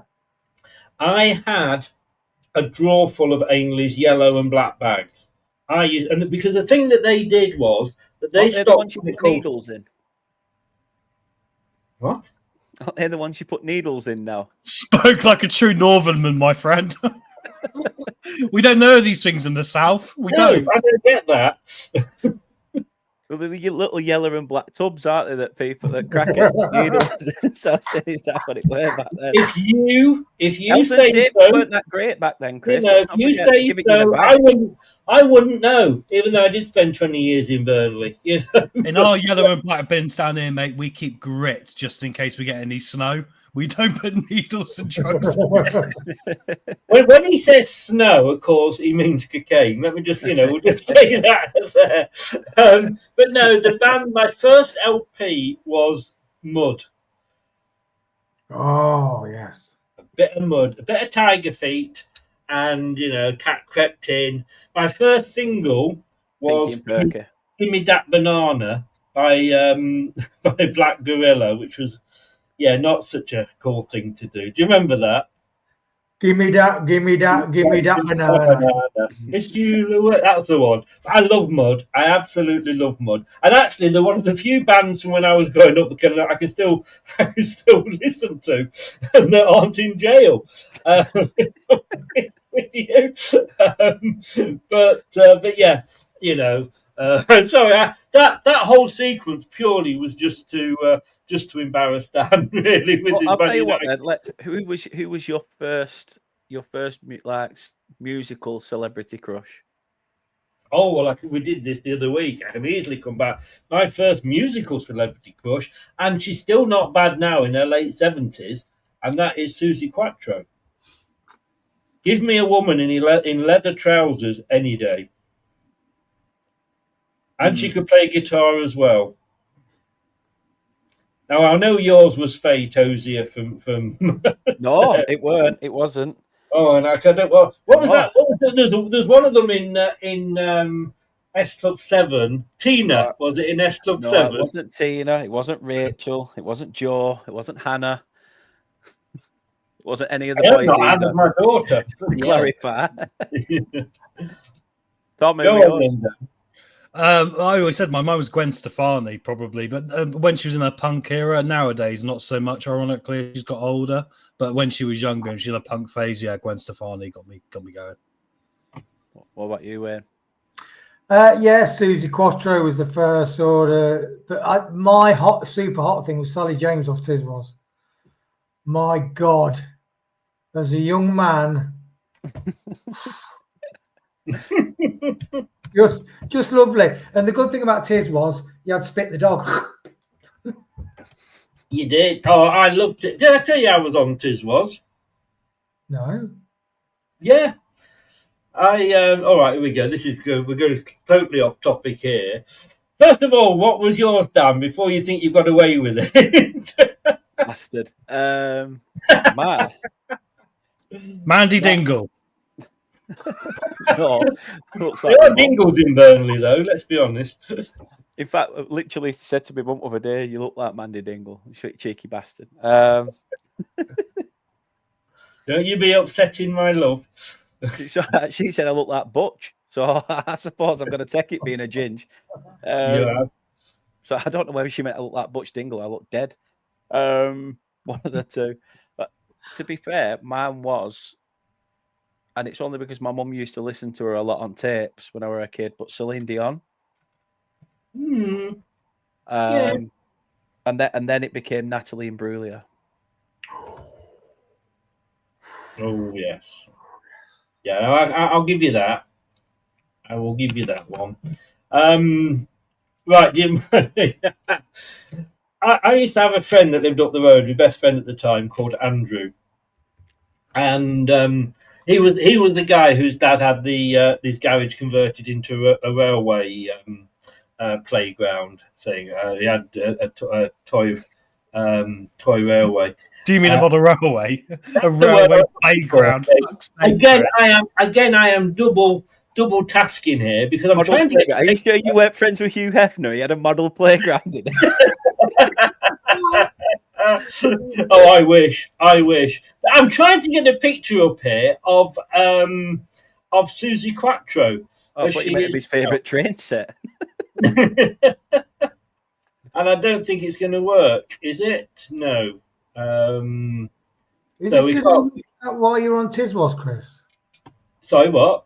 Yeah, you've still not told us why you're on Tiswas.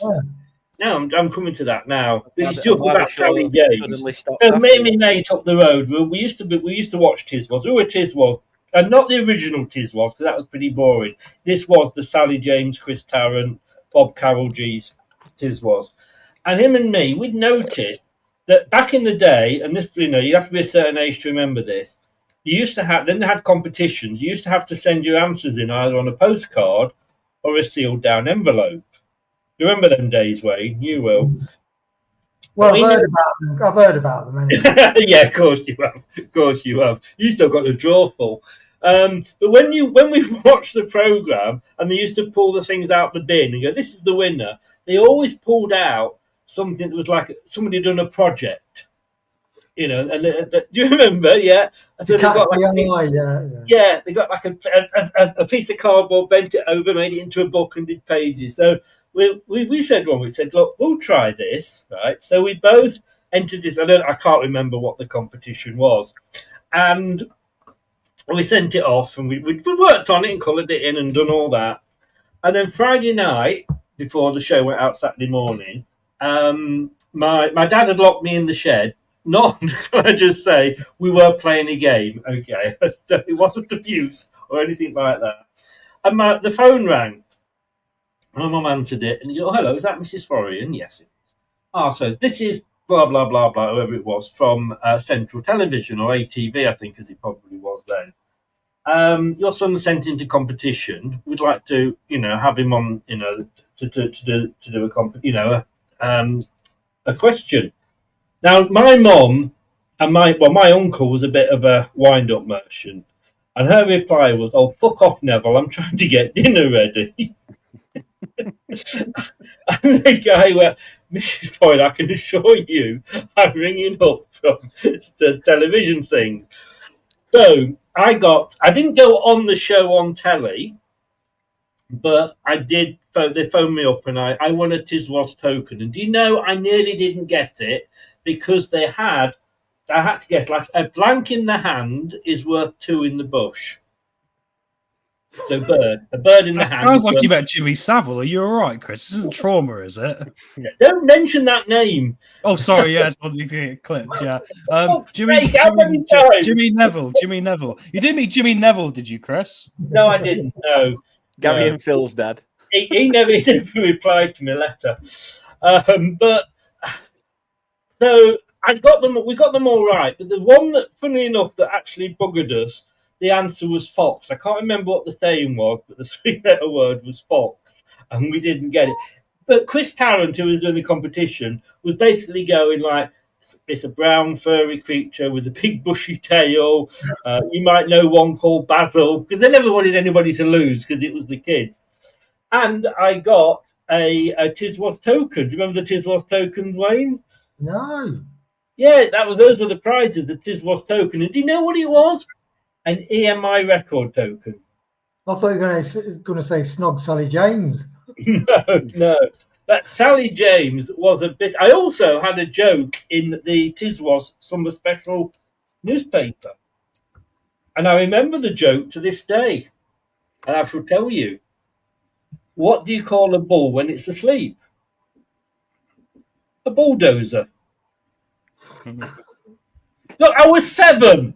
Bear with me, for God's sake. What do you expect? I'd like to say you've massively improved. You have confidence issues, mate.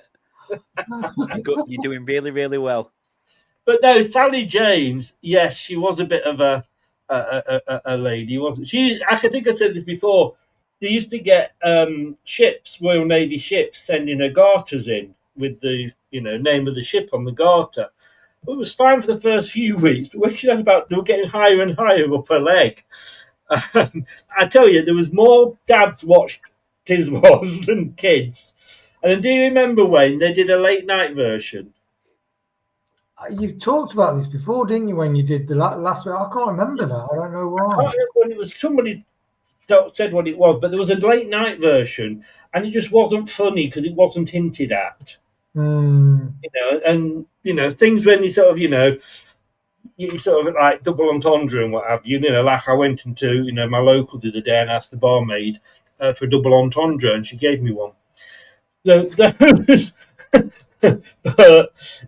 that I can't even remember what it was called now. But yes, that was my moment of fame on It wasn't called Talking Balls, was it, Chris? No, it wasn't that good. Right. So, and you know what? Hang on there. Do you know what album I went out and bought with it? The Goodies Greatest Hits. Came free with a GG annual. The Goodies was a brilliant show. No, but the only one I bet that'd be worth a bit of money, Chris. Now, if that. And do you know what I've got? That actually, I've got it up on my wall, up on here. Do you remember the Pretenders? Got brass. In my pocket. Behind. Yes, yeah. I went into Ainley's as it happened and said, "Have you got the Pretenders' new album, please, with the one with brass in pocket on?" And they said, "Yes, it was $4.99 or whatever it was back in the day." And he said, "Oh, for $5.99, you can have a signed one." I thought, it's a quid. 2 of them are dead now. Now, I don't want sort of, glory over anybody sort of, popping themselves or anything, but I was wondering if that's worth any money now. The way you said it, Chris, was kind of like you were the hitman. It was kind of like, 2 of them I've knocked off now. The next one's coming. Things I do to increase the value of my records. Yeah, exactly. Like the worst Liam Neeson mercenary in history. Yeah. Oh, we're going to start bringing this to an end. Just a couple of things now, just to sort of round it off. First love. Now, what was your... Yeah, you know about this one. Did I tell you this one out? Yeah. I did. So you know what your first love is. Now, I'm going to say Hello, Mrs. Riley. Dick. If anybody wonders who Mrs. Riley is, who is Mrs. Riley, Dan? My mother. She is indeed. And you sent me videos of your mother. I didn't know you could send OnlyFans videos, but there you go. But Mrs. Riley, and this is what I still don't think you mind, because I mean neither of us are ginger. I mean, I don't know where you came from, but yes, Mrs. Riley was no, she wasn't. Let's go to Tom first with this one. Then, who was your first love? Oh, a dinner lady called Pat, and she was great because literally I could finish, in her mouth, and she loved it. Hang on! Don't! You're not going to drop that and then just move on. Now, I was thinking first love when you're that sort of age. Now, if you're doing what you've just said when you were that age, you went crying. It's mint custard, I swear. I'm crying. It's got wrong. How old was your? What fucking old do they do in Canada? They don't really old, do they? Jesus! Having to sit on his hands watching clock at like 5 to 12. Like, oh. I've actually started crying. I planned that joke out and it's been completely wrong. Don't worry, Tom. No, nobody's watching. But you know what's going to get clipped, don't you? Oh mate, I ruined the punchline. Literally, I ruined the punchline. It'd be beautiful, but I'm literally sweating and crying now because I can't. So sorry.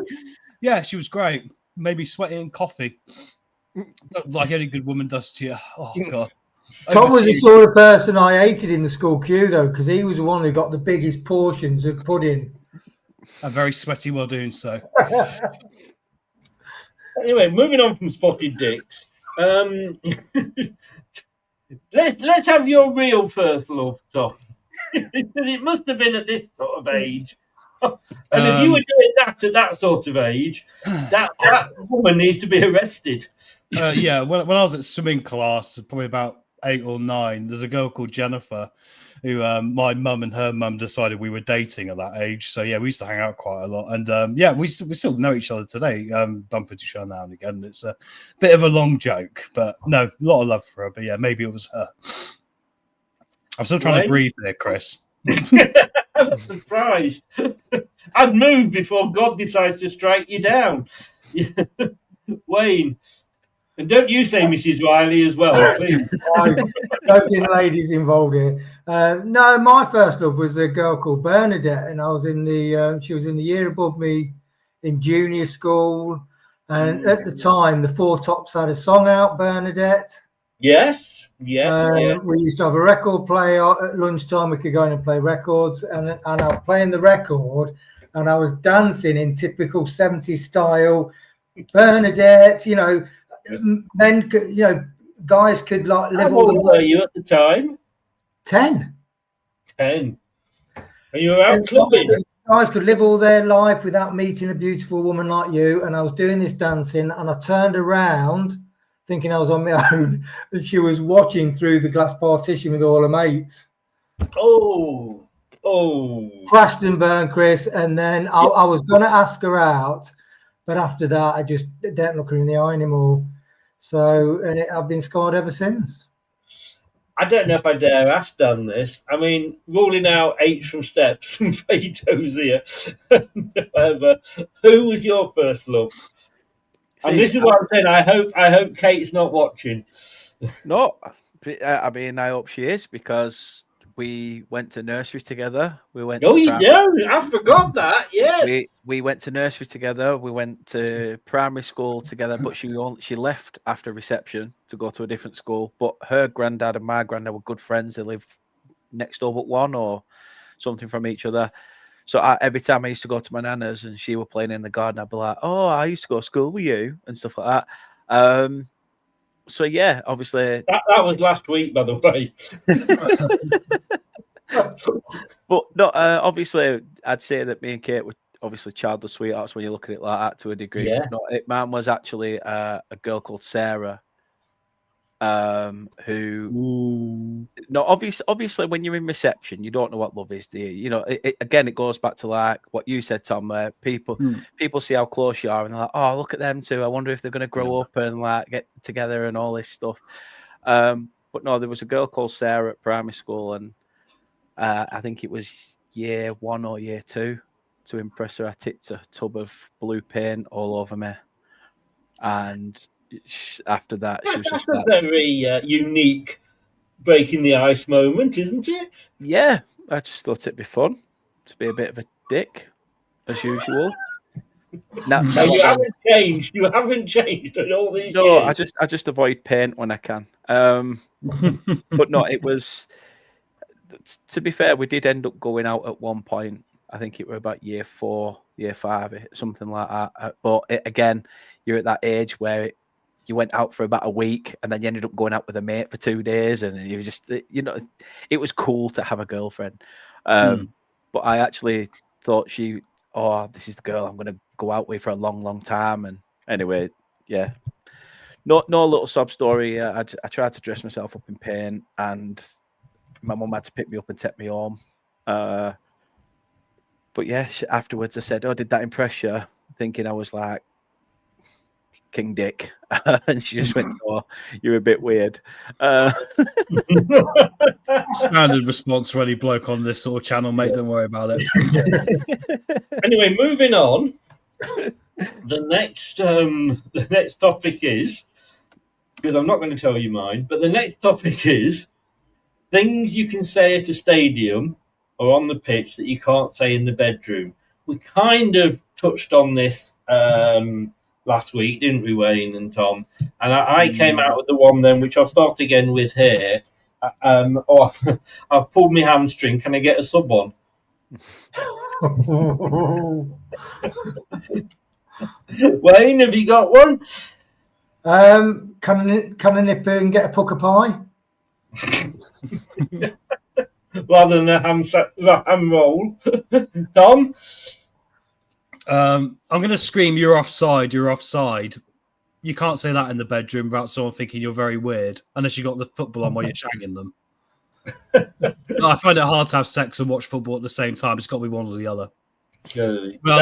Although he did do in Train Spotting, didn't he? Remember that in Train Spotting?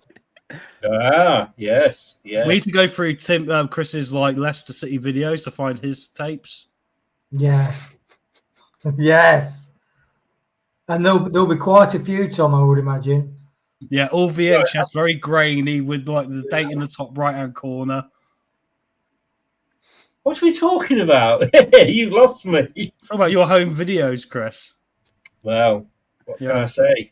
Yeah, the saucy ones. Before OnlyFans was a thing, you had only VHS in your house. I did actually, yes. I had VHS, and one night, my mum and dad went out. I think they might have even gone away for the weekend, and me and my mates came round, and we went down to the local shop and hired out a VHS player, which you could do in those days. You actually hired the player, and then a couple of sex films. God, it's like the Flintstones. Bloody hell. Sorry, carry on. Look, if you want to do it with a dinosaur, mate, you can do. No, the world used to live in was like the Flintstones. Like I had to go down and rent the VHS and the TV as well. And it came on a stand with wheels, like it was at a school. And I wheeled it in the house from the back of the car, and it was good memories. And you watched the Flintstones? Yes. He didn't have to hire it. The dinner lady lent it him to keep his mouth shut. I decided fucking hell. I decided to derail the show because it's getting on a bit now. But anyway, carry on, Chris. Dan, have you got one? I wish he'd have played 2 up top. I like the one again last week that I said was like, yeah, it must have gone in. Me watch vibrated.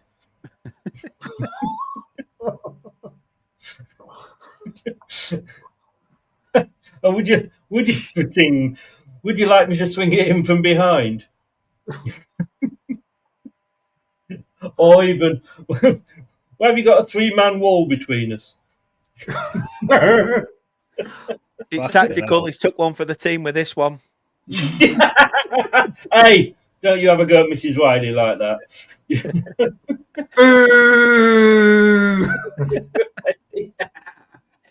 You've got to get him round the back.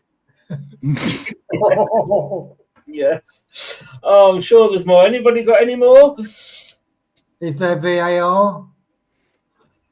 Just Well. lump it up front.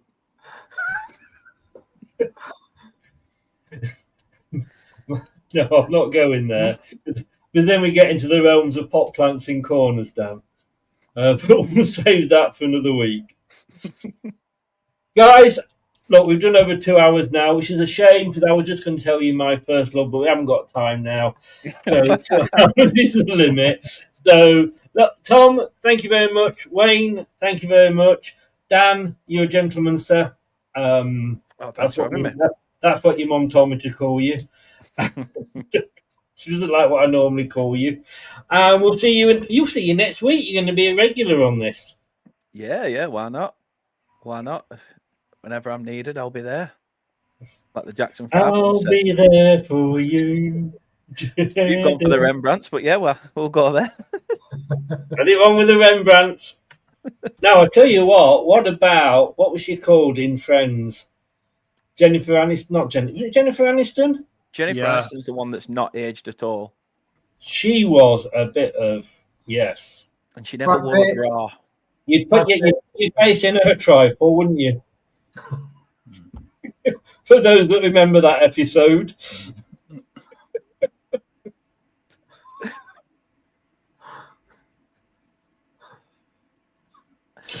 Anyway. Are we still on air? Shit. Yes. Carry on. Sorry. How are you doing? Oh, fuck's sake. Sorry. Thank you very much. Trifle had dream topping on it, didn't it, Chris? It had meating, if you remember. Not that sort either. But she had made a meat trifle, I believe. Most American trifle in the world. Put meat in it. Brilliant job, America. Yes. Where else? Guys, thank you very much. It's really, really late. I'm about to turn into a pumpkin. My stomach thinks it started already. And I will do this again next week at 9 o'clock. Thanks a lot, guys. Take care. Don't forget, if you're watching, like, subscribe, and do all that shit. Take care. Bye-bye. Thanks for watching. These videos are tremendous. You better like them too, or I'll be back. This podcast is proud to be part of the TalkSport Fan Network. TalkSport. Powered by fans. That will conclude this evening's entertainment.